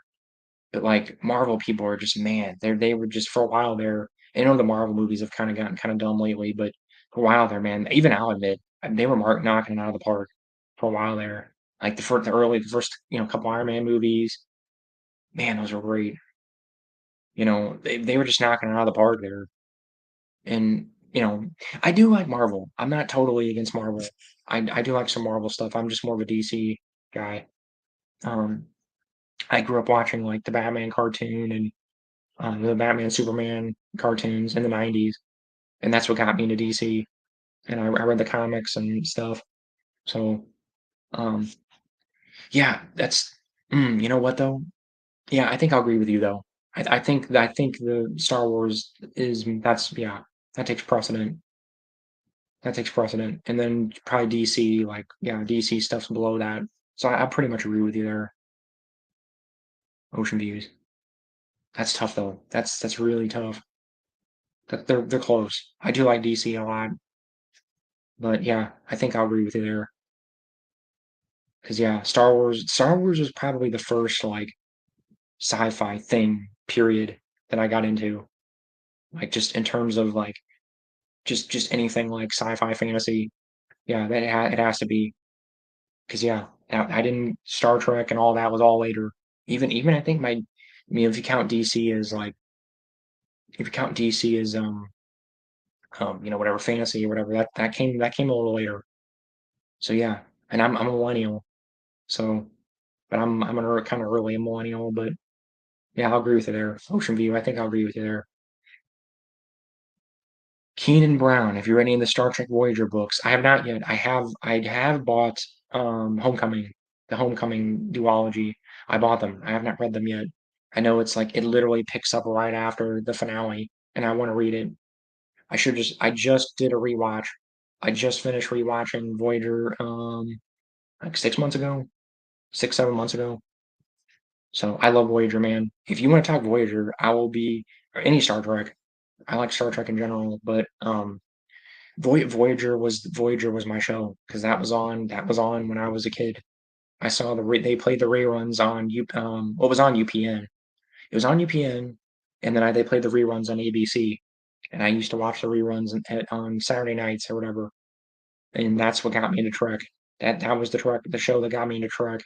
I'm more of a Star Wars nerd if you haven't figured that out, but I do like Star Trek a lot. My friend was a Trekkie. It's funny, we balance each other out because my best friend throughout most of my childhood was a Trekkie. He was a Trekkie and I was a Star Wars nerd. And we were the inverse of each other. Like he was a Trekkie and then he liked Star Wars a lot. I was a Star Wars nerd and I like Star Trek a lot.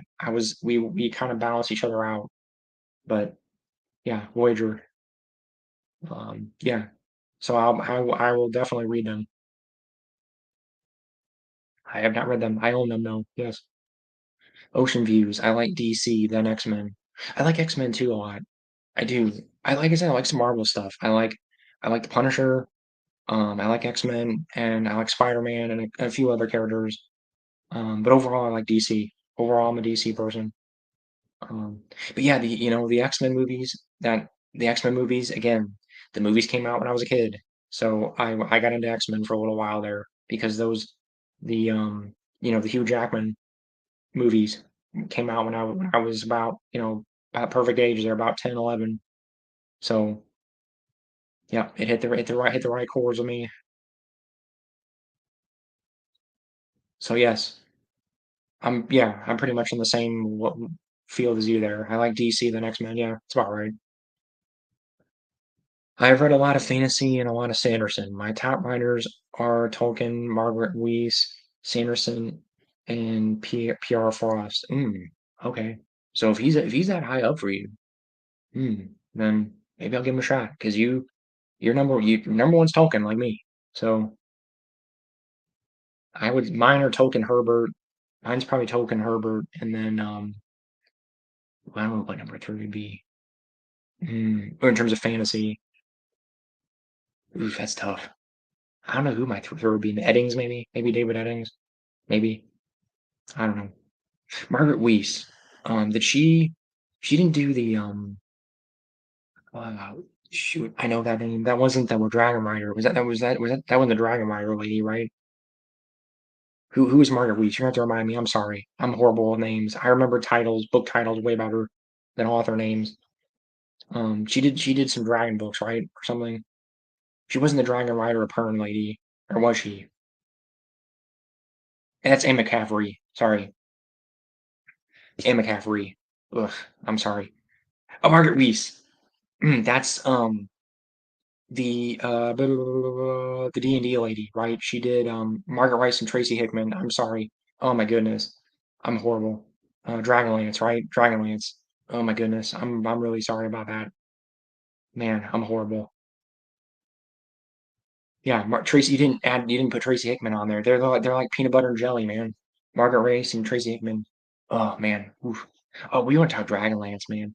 I love Dragonlance. I haven't read all of them yet, but the ones I've read were great.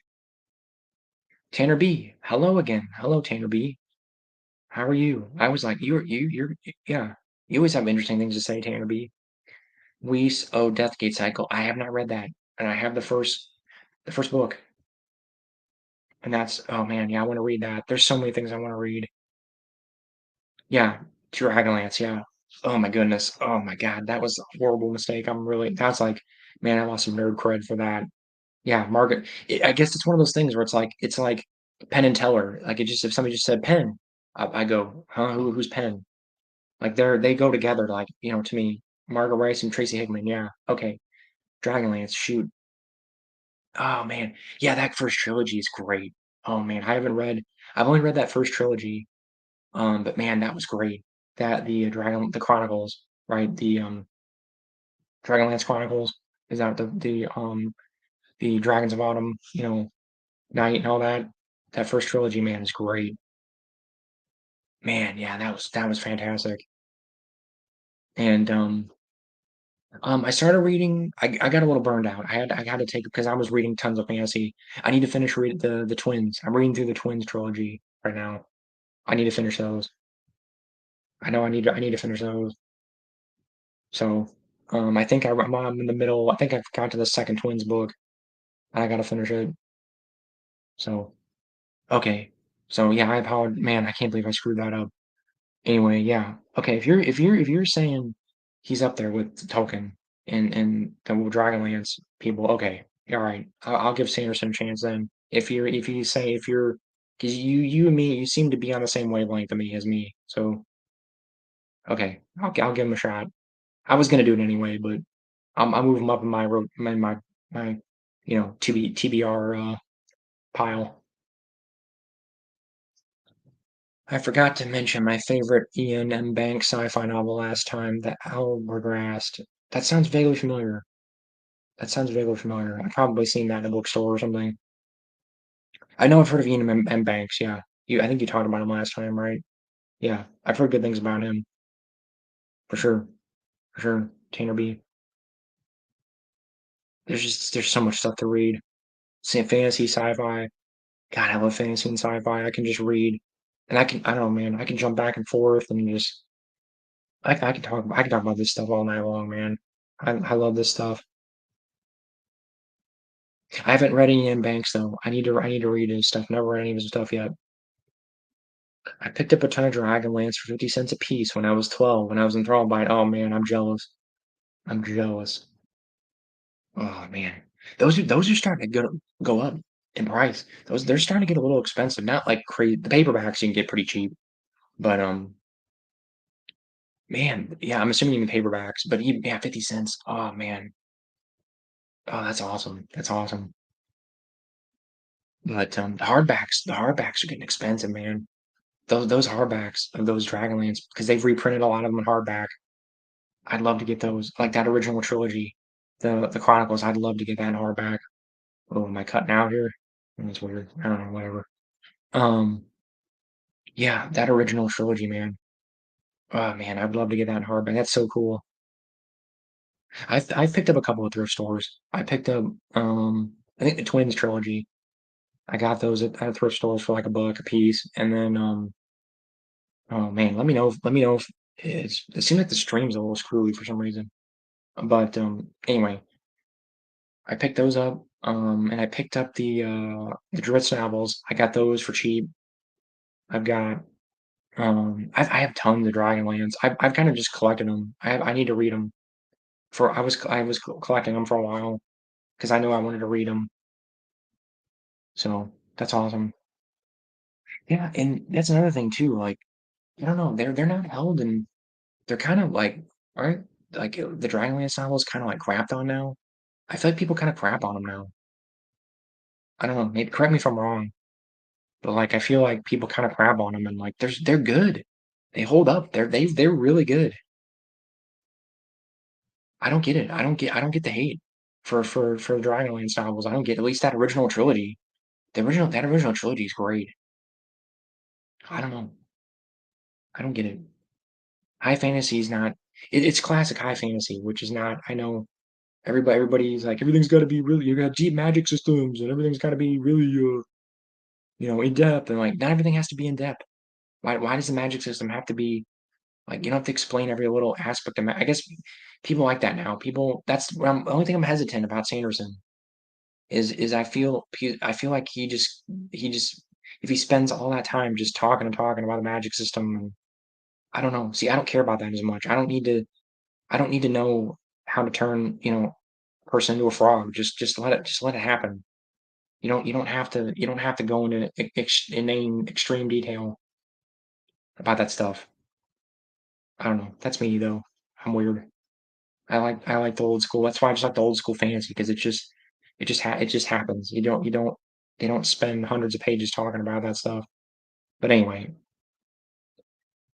ocean views. I saw the original Star Wars movie models, George Lucas collection at the Santa Rosa, California Fairgrounds in 1988. Vader's Super Star Destroyer model was badass. Oh, cool. Oh yeah, so the actual models. That's awesome. That's cool. That's cool. That's awesome. I'd like to see that stuff. But yeah, it's all like on the West Coast. A lot of that stuff is like it's nowhere near me. So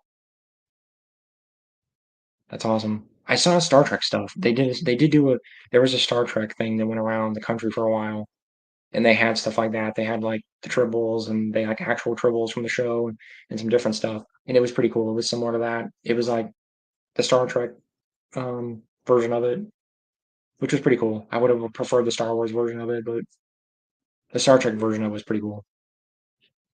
And you could sit in the chair, like they did a recreation of I think one of the bridges, and you could sit in the chair and stuff. It was pretty cool. People crap on them because they had a lot of '80s tropes. Yeah, I know. Well, yeah, okay. It doesn't bother me though. I don't know. I don't care. Like, I got, you know, I don't know if you know who David Eddings is. David Eddings, he like intentionally uses tropes. Maybe that's why I like. See, I grew up reading that, and he basically he uses tropes and just goes, yeah, it's a trope. Like he almost kind of he what's it? That's that term. He lampshades it or whatever. He kind of just goes like he just is upfront about it and goes, it's a trope, and he plays around with it and goes and has fun with it. And I feel like Dragonlance kind of did that sort of like they just kind of went, yeah, it's a trope. We don't care. It's fun. Tropes can be fun. Why do I'm not intention I'm not saying you, ruler, but like people do that. Like it's too tropey. And it's like a lot of tropes are fun. Tropes can be fun. Why is everybody crap on tropes? I don't know. Like I guess the argument is yeah, if it's all tropes and it's just like stuff that we've seen a million times before. Sometimes, yeah, sometimes if it's too much, it can be a little like, okay, this is kind of dumb. Like it's just something I've seen a million times over before. But a lot of tropes are tropes for a reason.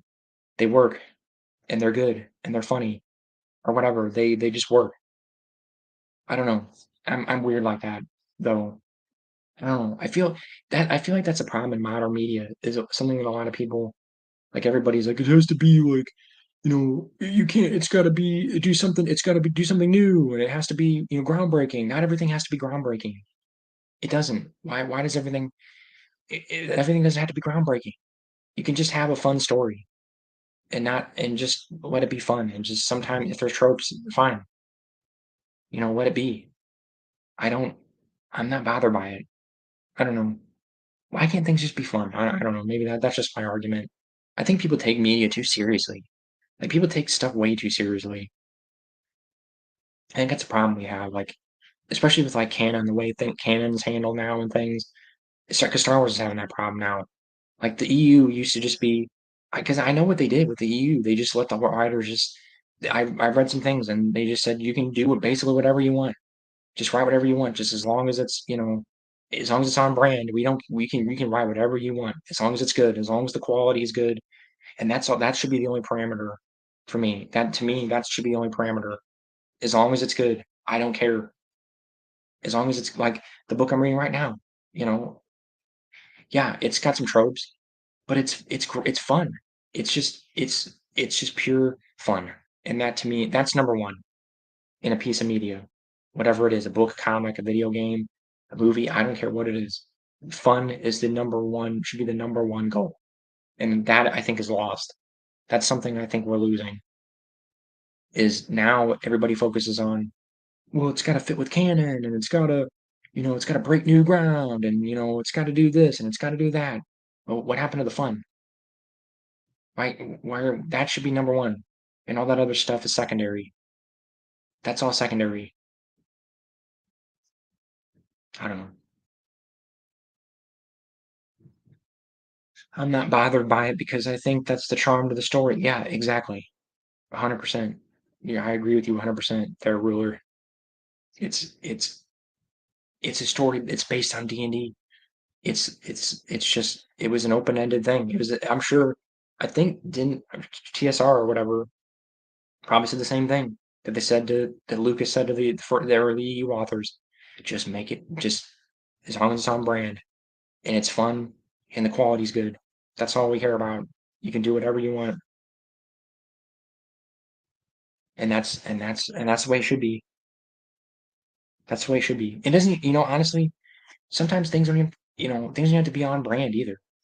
Because like the Sonic comic, like, God, I don't know if you guys want me to get on this rabbit hole, but like the Sonic the Hedgehog comics, I grew up reading those in the '90s, and those were a little off brand because it was like, I know it was based on the TV show, where Robotnik took over the world or whatever, and it's like post-apocalyptic and stuff, and a lot of people were kind of weirded out by it and go like, this isn't like Sonic is just you know a fun, happy hedgehog jumping on and collecting rings and stuff.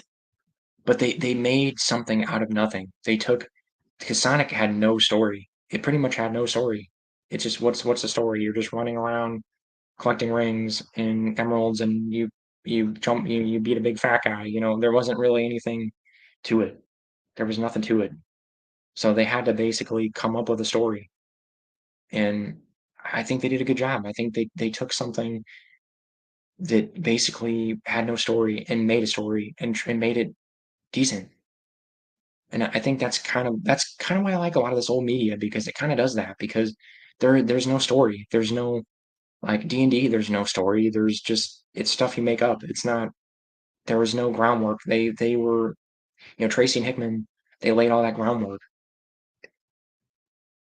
you know, and they had to come up with this stuff. And yeah, they used tropes. Okay, you could argue that that's like I don't know, I don't want to say lazy, but you can make the argument that it's resting on your laurels or whatever and just, using tropes. But like I said before, there's tropes are tropes for a reason. It's kind of like if it ain't broke, don't fix it. You know, I feel like people don't say that enough or use that enough. If it ain't broke, don't fix it. Why do that? Why do that? And I argue that with Star Wars. It's like how Disney moves to Star Wars. They just threw all this in the garbage.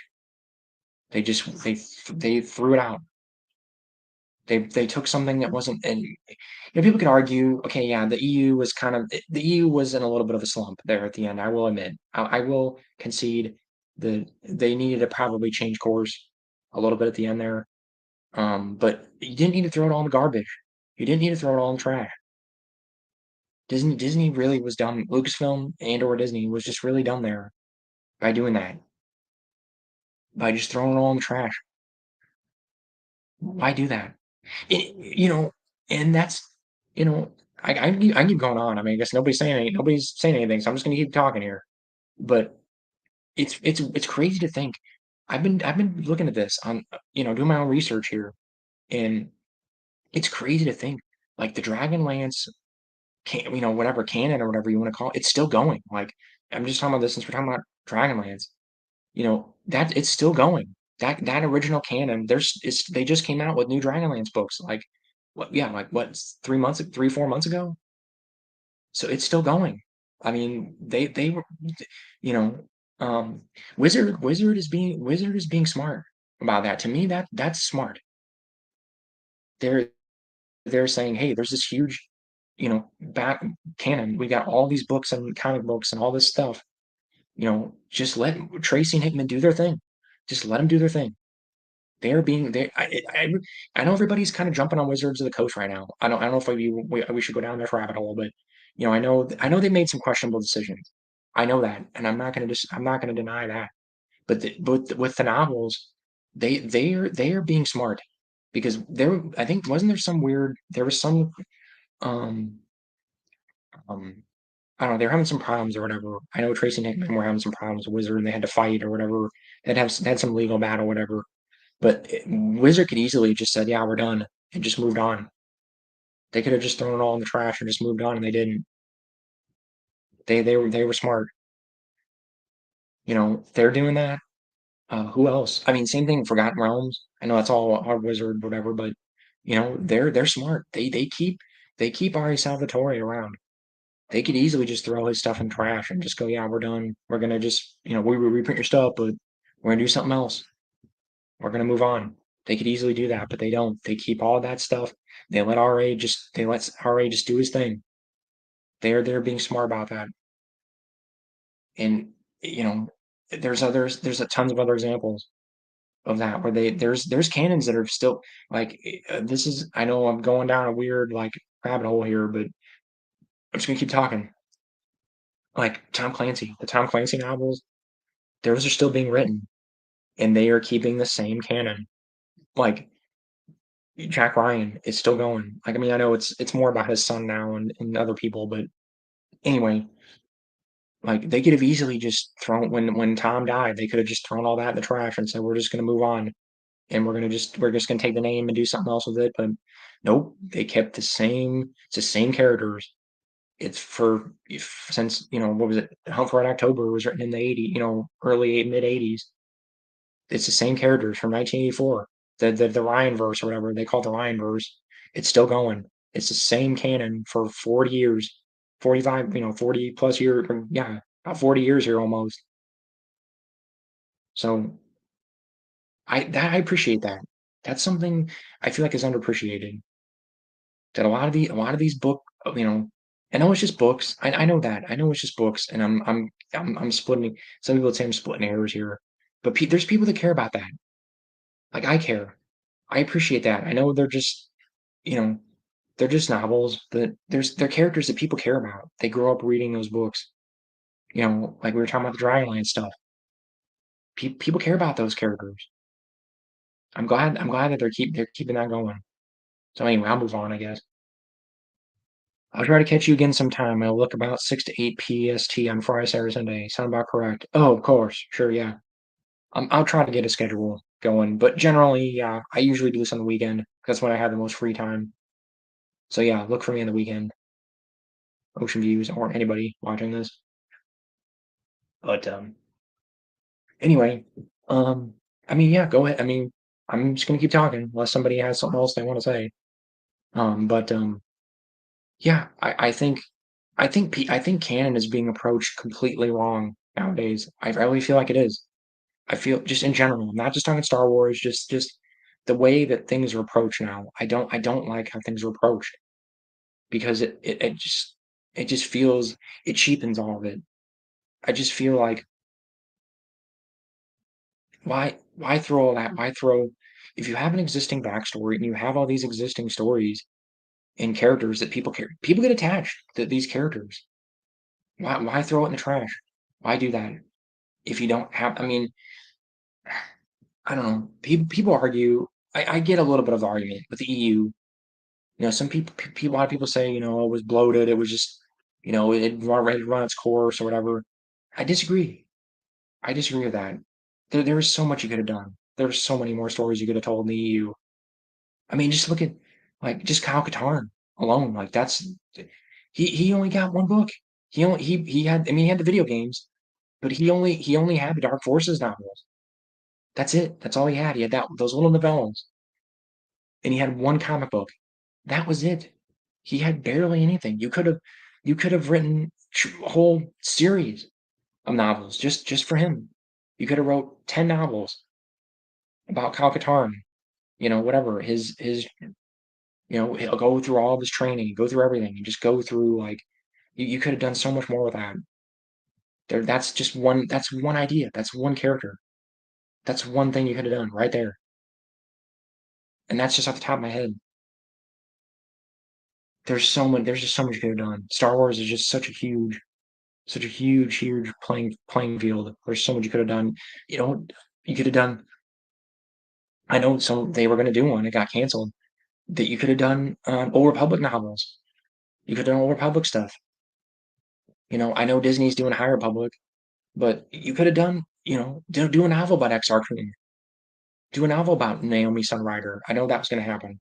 There was going to be a no, I know there was going to be a Naomi Sunrider novel, but you could do that. Do a Naomi Sunrider novel, or do an Exar Kun novel, or do a novel. Just create a whole new character. Somebody else, just create somebody and have them do it. A Republic novel. There's so much stuff you could have done. I don't know. I just it just frustrates me. I don't know. I guess not to be a downer, but I know there's only one person watching this, but if you got something to say, like I said, I'm just gonna keep talking. Unless you got something you want to ask me. Um, but yeah, it just frustrates me. If uh, yeah, like I said, crap on Wizard all you want. crap on, all these other these com some of these other companies, but at least they don't throw stuff out the window. At least they hang on to that stuff. Like, I gotta give them that. There's also like 100 years between Fate of the Jedi and Legacy. Exactly. That's what I'm talking about. You had hundreds of years. You had 100 plus years between. There's so much they could have done. There's so much stuff they could have done, and I'm sure that was a plan. I'm sure that was the plan. They were just going to fill in that gap between Fate and Legacy. I mean, I'm assuming that's what they would have done, or they might have. Mm, I've heard rumors, and I think I was talking to somebody on the internet that said that Crucible was, and again, correct me if I'm wrong if you know this, and this is probably just a rumor, but the Crucible was intentionally written for, 'cause, for George's new trilogy, for George's sequel trilogy, his version of it, and that's where the sequel trilogy was going to go. Was going to go in that gap somewhere between Fate and Legacy, and that would make sense because I know Darth Talon was going to be in it. Ooh, that would make a lot of sense. Hmm. It wouldn't, but yeah, and see, people argue that people argue, they would have just decanonized anything anyway, even if George has made his sequel trilogy, they would have just decanonized it all anyway. You don't know that. You don't know that. You're making a really big assumption there. I don't think he would have. I argue the other way, totally. I don't think George would have done that. I don't think because he intentionally, I know for sure he intentionally said leave a gap somewhere in the post RTJ stuff. He said that. He said leave a gap in there somewhere. So that might have been it. Hey, I don't know. I'll have to do a little more homework there, but I don't know. I don't believe that. Sorry, not what you were saying. Yeah, I totally agree with you, Ruler, but I don't know. I think there's more to that. Zachary Wagster, what's up? What's up, Zachary Wagster? I like your image there. Is that oh yeah. Okay, that's cool. Perhaps what I heard perhaps what I heard that he was making the DUD. I'm not sure. Are you asking? I don't know because the EU is not doing real well. What do you mean? Like now or back then? I'm not sure what you mean. Maybe. I guess we'll never know. Yeah, we'll probably never know unless George, like somebody up front. I'm hoping at some point somebody up front asks George. I honestly, I probably would if I that would probably be one of the things I would ask him if I ever met George in real life. I would probably ask him. I would just say, "Hey, what were you?" I have a feeling. No, no, actually, I know what George would say. I know it because George had a hands-off approach to the EU for the most part. He would step in once in a while, but for the most part, I don't think he would have. I don't think he would have done anything. I think he would just let it be. He would just left it alone. But that would probably be what I would ask him. I would say, "Hey, George, what would you have done, or would you have anything to say about the EU? Like, if you had kept the company, how would you have just stayed hands off on the EU? Would you have done anything? Would you told them to decanonize everything? What would you have done? I don't know. Nothing much, man. Sorry. You're fine to be sorry. If you want to ask something, go ahead. But yeah, I know people argue that back and forth. Like, I don't know. I I don't know. Oh, here you go. Sorry, I was answering a question that I was trying to say that what I heard was George's sequel trilogy. Yeah, I've heard that too, but I don't. I think people are making an assumption. I think people are assuming that. I think people are assuming that because he's never upfront said anything, and Lucasfilm never upfront said anything. I don't know. I just have a feeling. I don't know. I feel like George would. I don't think George would have. It would be like biting the hand that feeds you. He knows the EU people would have been really mad, and I just feel like he knows the EU, and maybe there's a part of me that thinks maybe he that's why he washed his hands of the whole thing because he knew he was gonna piss off like the hardcore fans, like the hardcore people would have been mad, and maybe that's why he washed his hands of it. And maybe that's why maybe it was gonna be decanonized, and he knew that, and he saw that coming down the line and just went, "Yeah, I'm done. I'm done." Maybe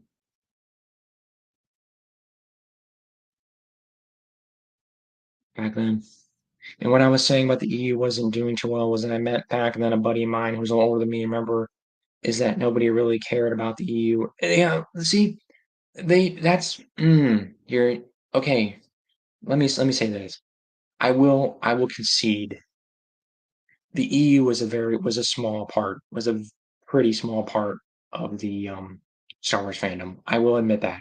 Like in terms of like the novels and stuff, because trust me, even within my nerd circle of friends, like when I would talk about EU stuff, most of them were like, "What?" Like they kind of like it was like I was speaking another language.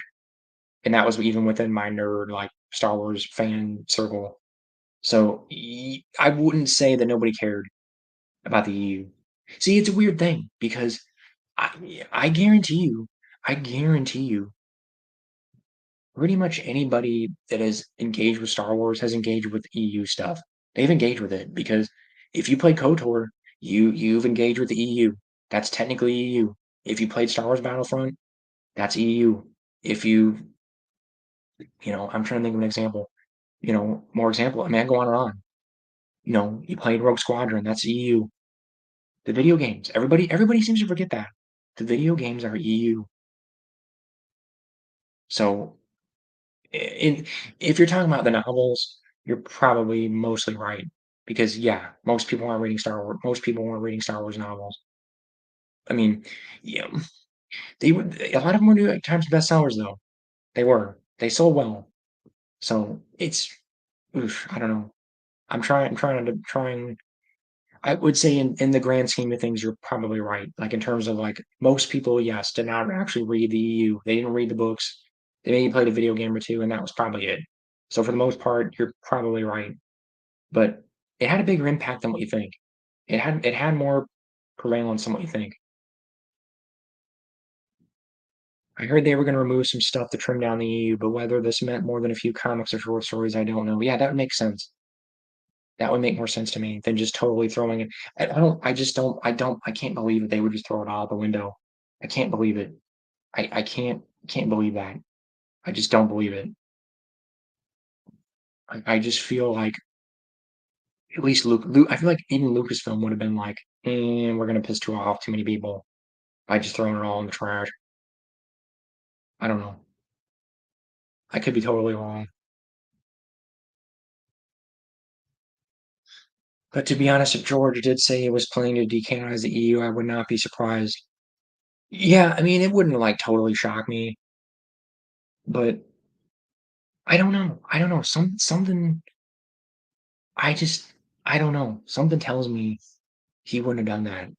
I don't know why. Because when he did the prequels, you see that's the thing, it doesn't make any sense. Like when with the prequels, he I don't think he was ever playing. If you want just backing this all up, if you want my 2 cents, I don't think he was ever planning on making the sequels. I think he wrote the scripts and I think he had it in the back of his mind, like he had in the back of his mind, like this is maybe something I would maybe do, but I think really like when it comes down to it, I don't think he was ever gonna make it. I think he mainly just did it to sweeten the pot when he went to sell, the whole franchise off. He went, "Hey, here's" because he said that. He said, I don't even know if you're still here, Zachary Wagner, but um, he said I had scripts. I had these scripts written, and I handed them to Kathleen or whatever to Disney, somebody at Disney, and they just basically just threw them in the trash. But so I think so. I guess my counter thing is wrong because I saw it said you're here. Okay. Anyway, I my belief is he was never gonna make them because he said all those years, it's just about Anakin. Our story is about Anakin. That's it. The movies are just about Anakin, and he kept saying that over and over and over again. That it's even that up until almost a sale. Because I remember when the new Indiana Jones movie came, when Crystal Skull came out, people asked him. They said, "Hey, oh yeah, some guy, he was in a fan thing, and somebody asked him, 'Are you doing 7, 8, 9?'" He goes, "Nope, it's just about Anakin. That's it. I'm done." And then even after that, I think he did another interview. I think after that, and somebody asked him, "Hey, 7, 8, 9?" He went, "Nope, I'm done." And that was like in 2010. And the sale was, yeah, like a year later, year and a half later. So, mm, I don't think he was ever going to make them. I think he just threw it in as to sweeten the pot. I think because I've heard that theory thrown around, and there's people that have evidence to back that up, and I believe with that. I agree with that theory that he just threw it in to sweeten the pot. I don't think he was ever going to make them. So, because he knew. He intentionally he intentionally left a gap in the prequels for the prequels. He told the EU people, do not write anything about the Clone Wars, or anything around there, because I'm doing that. And then he said some similar things. Like he said, or sorry, he said the complete opposite about our post RTJ. He said it's all open. You can do whatever you want. Because he pretty much said, I'm not doing anything after that. So I don't. You can do whatever you want after Return of the Jedi. Return of the Jedi is completely fair game and open. So it doesn't make any sense. Why would he close off the prequel era, but then not close off the ROTJ period? It doesn't make any sense to me. Sorry, yeah, okay. Yeah, but I think you realize that the fans wanted more films, so I think he made a gamble and sold Star Wars to Disney. Yeah, that's what I'm saying. I think, but but see, it doesn't matter to me. If he wasn't going to do it, doesn't matter to me. Doesn't matter to me. It's not Lucas. It's hard. It's like Amazon's Lord of the Rings show. It's not Tolkien. It's not based on anything Tolkien wrote, so I don't care. I don't care. It's not. It's just basically fan fiction, and that's what the Disney movies are to me. They're fan fiction. They're just fan fiction brought to celluloid, brought to film, because it is not. George is not there. George's hand is not there. So it's not. Sorry, George is not there. So it's not real Star Wars to me. Okay, yeah, you're just responding to me. Yeah, I mean, and I'm totally fine with people liking Disney Star Wars. Totally, I have no issue with it at all. If people if And I've watched a little bit of it. Like I said, I don't hate it. I don't hate all of it. I don't. It's just not. It's not the real Star Wars to me. I'm sorry. I know that sounds kind of like hard to say that. It's kind of jerky to say that or whatever, but the original, to me, when the original creator is not there, it's not it. It's like again, like I said, it's like Amazon's Lord of the Rings. Tolkien's hand is not there because it's not based off of anything he wrote. So it's just fan fiction. Just that's the Disney Star Wars to me. It's fan fiction. It can be good fan fiction, but it's just fan fiction. Because and I know people say that about the EU, about the old EU. It was just fan fiction. It was just fan. No, it's not. George was there. George was reading it. He read it. He at least read the overviews. He read the overviews, and he said, "You can do this. You can't do this." He was there. His guiding hand was there. So you can't. That, to me, that's more legitimate. Sorry. Really, really, don't get me wrong. The sequels aren't perfect, but I personally think that they're pretty good. Zack and Webster. I don't hate them. I don't totally hate them. I don't. They have some merit. I don't totally hate them. Um, I they it there's just a lot of wasted potential. There's just I just ugh, man. I don't know. I could talk a lot about that, but man, it just doesn't feel like Star Wars to me. I'm sorry. It just doesn't. I'm sorry. It feels like a totally different thing. I can't articulate it. I can just it's just George is not. I can just tell. I can tell George is not there. I can just tell it does not feel as much as the prequels. I know everybody craps on the prequels. Say what you will about the prequels. At least it felt like It felt like a George Lucas movie. I could tell George was there. It just that's what I'm saying. It just I don't know. My phone's making me sound like oh okay. I meant I think they're good lord. My phone is making me sound like an idiot. I meant I think they're good. Okay. Yeah, I have no problem. I have no problem with people liking the Disney stuff, the Disney stuff at all. I have no issues with it, with the people liking it. I just don't. I personally just do not. So, what's your favorite Legends book or book series? Mm, individual book was tough. Dark Plagueis. I like Dark Plagueis a lot. And if you're talking individual book and then book series, NJO, New Jedi Order. Those are my answers. I would say I like X-Wing a lot. I like a lot of. I like a. It's tough. Probably if I gotta give an overall answer, I'd probably say NJO. It's a 19 book series, but it's right behind me here. It's this thing right here. So New Jedi Order. If I had to give like a gut answer or whatever, I'd say New Jedi Order probably. 19 books, but man, it is a ride. It's a ride, man. It's worth every freaking page. It takes a little bit to get through it, but it's so totally worth it. Totally worth it. I've never read. Ah, man. I feel about that how people like how fantasy nerds feel about the Wheel of Time. Like Wheel of Time is like, whatever 16, whatever 13 books or whatever, 16 books or something. That's like New Gen Order is my Wheel of Time. It's amazing. So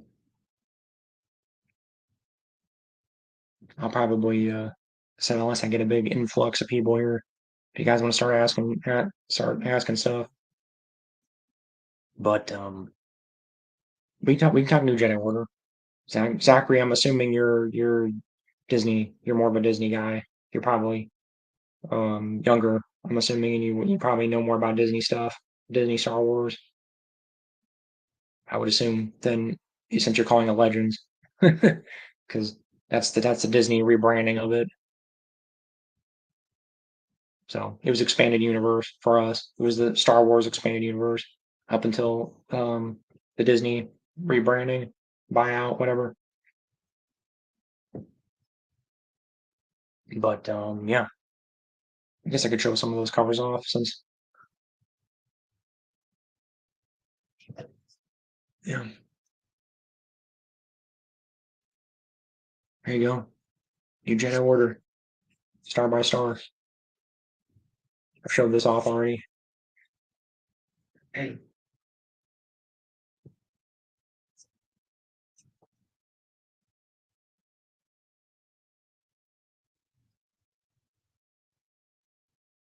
why do you like the New Jedi Order series? Because it's just epic.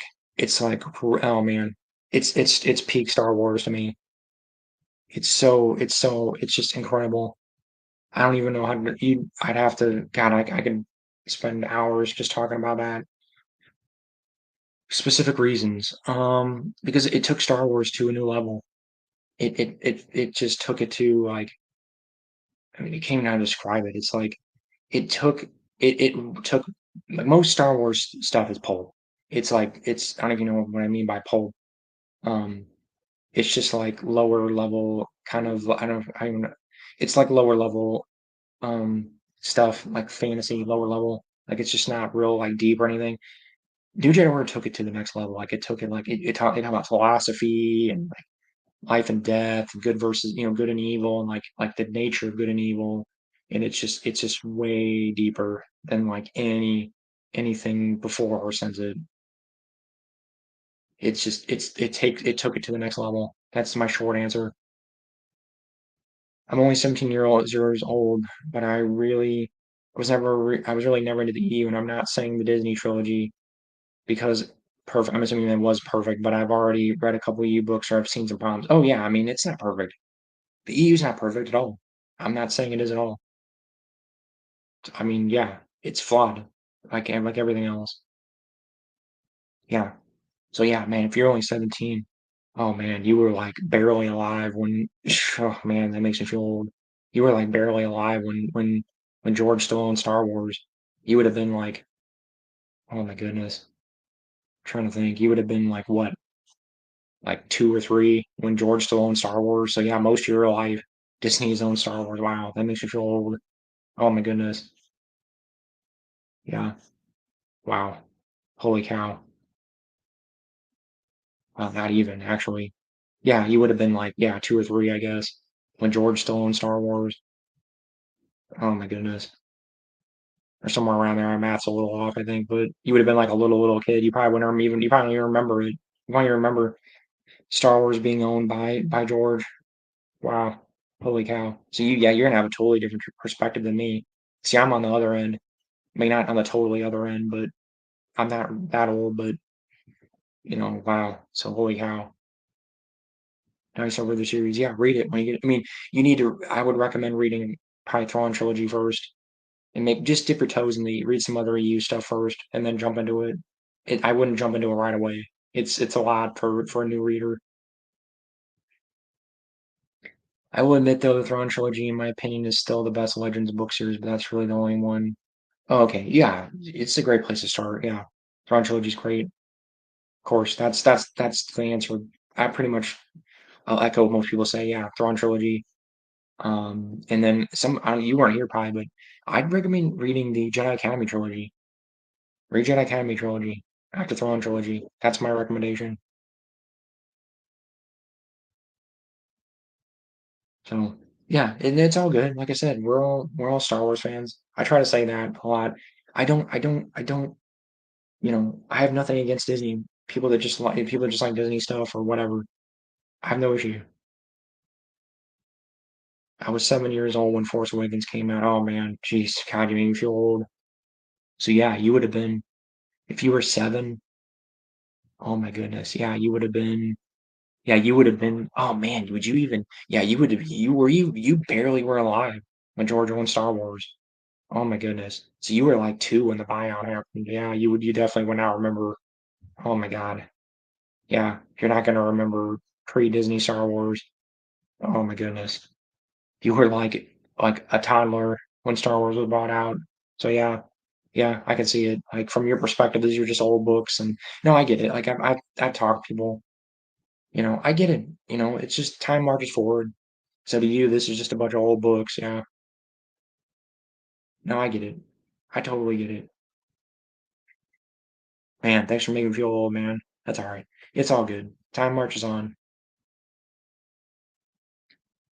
Really random question. Have you considered making a Discord? I thought about it. Yeah, I thought about it. I don't know if there's enough. I don't know. I'm not big on Discord. I'm not real all that big on it. I use it sometimes. I have a couple people I talk to. Um, there's a couple EU Discords I go on, but maybe I will. I don't know. Maybe if you think that'd be a better form. I kind of like doing the live streams. I kind of like being able to talk to people like this. So maybe I will. So I don't know, Zachary. I think you're the only guy left here. So I don't know. Oh man, yeah, I was hoping for some more people. I had a few people for a while there. Man, I was hoping Friday night. I was hoping for a few more people, but oh well, it's fine. I'll probably end it here soon, so I'll have time to do things. Unless you have something really pressing you want to talk about here, Zachary. Probably gonna let you go here in the next few minutes, next couple minutes here.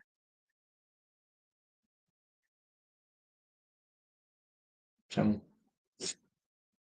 man,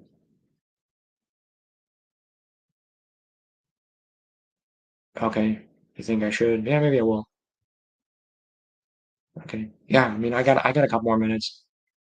I mean, somebody else is on here too, unless somebody's got really. something they really want to talk about or a pressing question from me or something. I'll admit that when I was young, I had the hugest crush on Mara Jade. You're still young, dude. You're 17. You're still basically a kid. Hate to break out to you, but you're still a kid. I mean, you're still basically a kid. Sorry, but I get your point. Yeah,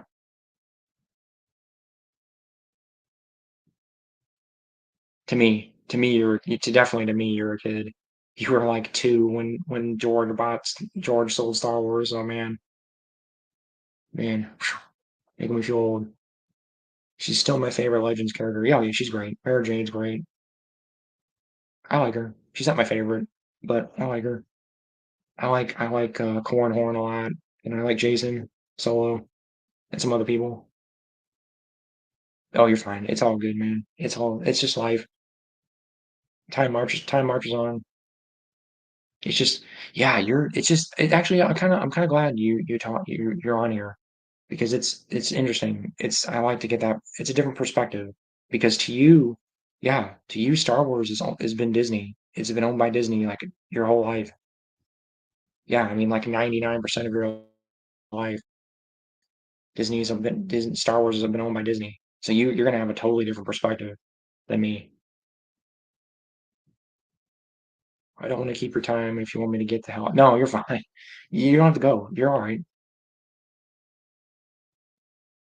You're fine. It's all good. I mean, if you want to keep talking, we keep talking. I don't care.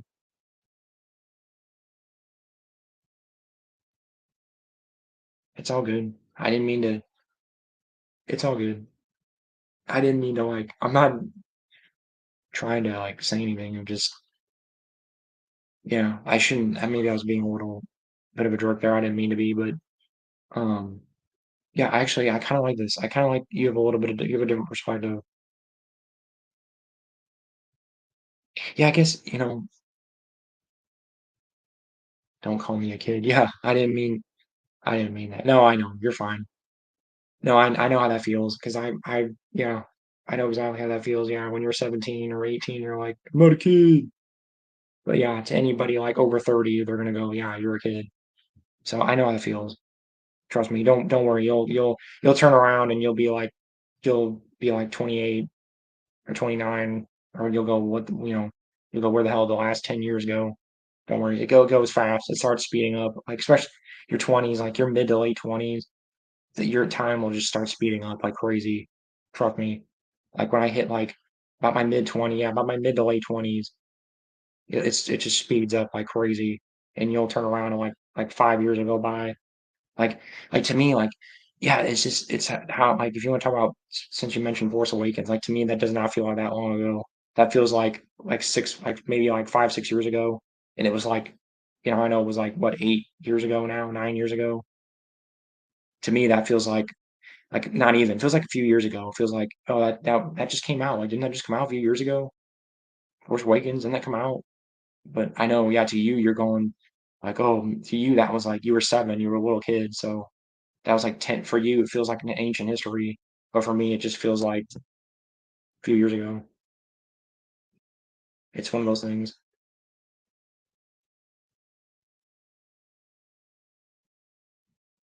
No, okay. Yeah, I know. It's fine. Um, I don't know. I guess, or maybe since I have you on here real quick, and then I'll probably shut this down. But how did you even find out about the EU, like the old canon? Like the expanded universe legends or whatever. How did you find? I'm curious, actually. That's something I am curious about how younger people and or like just people that didn't know about the old canon or whatever. How did you even find out about it? And like what? And I guess what's your opinion? Like how do you feel about there being like an old canon and a new canon? Like that there was a canon wipe, and how do you feel about all that? Because I always kind of wanted to ask somebody on the other side of it. Don't get me wrong, my father was a big fan. So big fan. So I was very much exposed to, but I never really was interested in it until I was like 15. Okay. That's why I like your channel, exploring a new side of Star Wars that I never really knew. Oh, that's great. That's cool. That's kind of what I'm trying to do, actually. So yeah, wow, that's awesome. I'm glad that I was able to. Okay, that's awesome. That's awesome that you were that I'm able to kind of like expose that part of it for you. Yeah, like that side of Star Wars. That's cool. Awesome. I'm glad kind of made me feel nice because I was able to do that, help you with that. Um, but yeah, maybe, I've noticed a lot of people, and that's one thing is that's one thing a lot of people are finding, the EU through YouTube and the internet's helping with that. I will admit, because back in the old days, before the internet was like this, it was hard to find people to talk about this stuff with. That's one thing I will admit that is nice about the modern internet is it's way easier to find people to talk about this stuff with. I like it. I like that we can talk on YouTube and Reddit or whatever, whatever else, wherever else. There's all these places where people can kind of congregate and talk about this kind of talk about this stuff. So yeah, to you, yeah, this is all going to be like new. Yeah, see, it's that's funny because to me this is all old. This is stuff I grew up with. I grew up with all this. So to me, it's you know it's just a part. It was a part. It was always a part of Star Wars for me. Yeah, but to you, it's going to be like this. Yeah, I could see it. It's like this weird kind of like secret little club kind of, I guess, right? I don't know. That's kind of the impression I get. Like just the things I've gleaned from like younger people that I've talked to is it kind of is almost like a secret little club, sort of, sort of. So that's cool. It always kind of was though. That's one thing I've talked with some people. Yeah, the EU was always a small part of the Star Wars fandom. Like the books and the comics was always kind of like it was a smaller part of the fandom. It always was. It was always kind of a niche, sort of. The video games not so much. The video games were like crazy, like sold really well, and like KOTOR won all those awards, and like all those games. A lot of those games, the video games were probably they were my gateway too. I'll admit. So my father was a big EU fan and he had a lot of books. He would talk about it a lot. I never really understood. He's like, oh, okay, cool. Okay, makes sense. Your dad's probably Gen X. Your dad's probably Gen X or yeah. So yeah, it makes sense. He probably grew up, he probably saw the movies in theaters and like grew up reading the books and stuff. Yeah. He's probably older than me, sure. When I was around 15, I started reading them. And then I kind of gave up because they weren't canon. Oh, see, yeah, you shouldn't, that's sad. But now that I'm a little older, I kind of, okay, yeah. Yeah, don't be discouraged. Yeah, because I've heard people say it's not canon, so why am I reading it? Because they're good stories. Why does it have to be canon? It's to me it's canon. I mean, I don't want to get into too deep into this argument, but to me that's more canon than Disney stuff. Because George was there. George was there when that was all being written. So I don't want to go into that argument again, but not really argument, but discussion, whatever. Okay, yeah, he's probably like Gen X. Yeah, he's probably Gen. He's got to be a Gen Xer then. Yeah, if he saw Return of the Jedi in theaters, yeah, he's a Gen Xer. Okay, cool. That's awesome. Yeah, I wish I could have seen those in theaters. I wish I could have seen those in theaters. That'd have been awesome. It's your opinion. Yeah, no, I know. It's all opinion. I mean, yeah. I mean, yeah. It is what it is. So I have no issues with, like I said, people that like Disney, people that don't. It's all good. It's all Star Wars. So.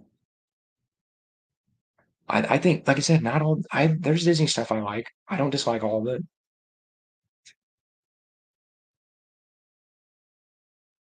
So oops, book got a little screwed up. So it's all good. So I gotta say, I really appreciate having this conversation with you. It's not every day where I can actually talk to a YouTuber. Yeah, that's what kind of why I do this because most YouTubers don't talk to people, or like they just grift for money or whatever. I'm just I don't know. I just like to talk about stuff. I like to talk about Star Wars, and I like talking fantasy. I just like talking about any of this kind of stuff. Fantasy, sci-fi, Star Wars, any of it. I don't really have people in I don't have people in real life that I can really talk about this stuff with, like, really in depth like this. I have people I talk with in my life, but, like, most of the people I know don't read this kind of stuff,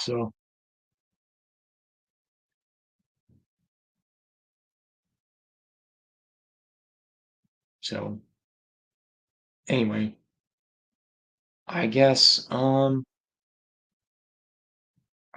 you know what? Maybe I'll leave it at that. That's a good note. That's a good note to leave on.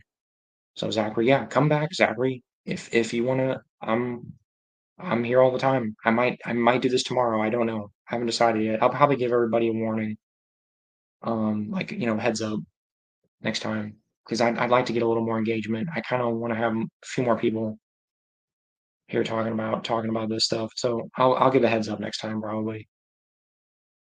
Same, another really random question. Have you ever heard of the channel called Concordia Jedi? Sounds familiar. Sounds vaguely familiar. Not sure. I know there's a bunch of people that do. I know they're the EU. The EU's starting to make comeback on YouTube. There's more EU YouTubers, like old canon YouTubers now than there used to be about 4 or 5 years ago. We're making a comeback. I'm proud of my channel. I'm gonna hit 5,000 here soon, which for an EU channel, that's pretty good. That's pretty good. So I'm proud. I'm proud of my channel, and I'm proud of everybody on here that's talking. Just even people that don't like old canon stuff, just talking about it is cool. So yeah, I'll give everybody heads up probably next time. Either like I said, I'm probably tomorrow. I haven't decided yet, but figure it out. But anyway, probably leave it at that. Leave it on a good note here, Zachary.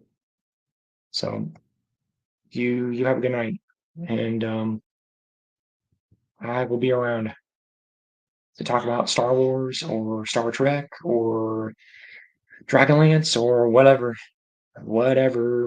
we want to talk about. Anybody wants to talk about. So I'll leave it at that, and may the force be with you always.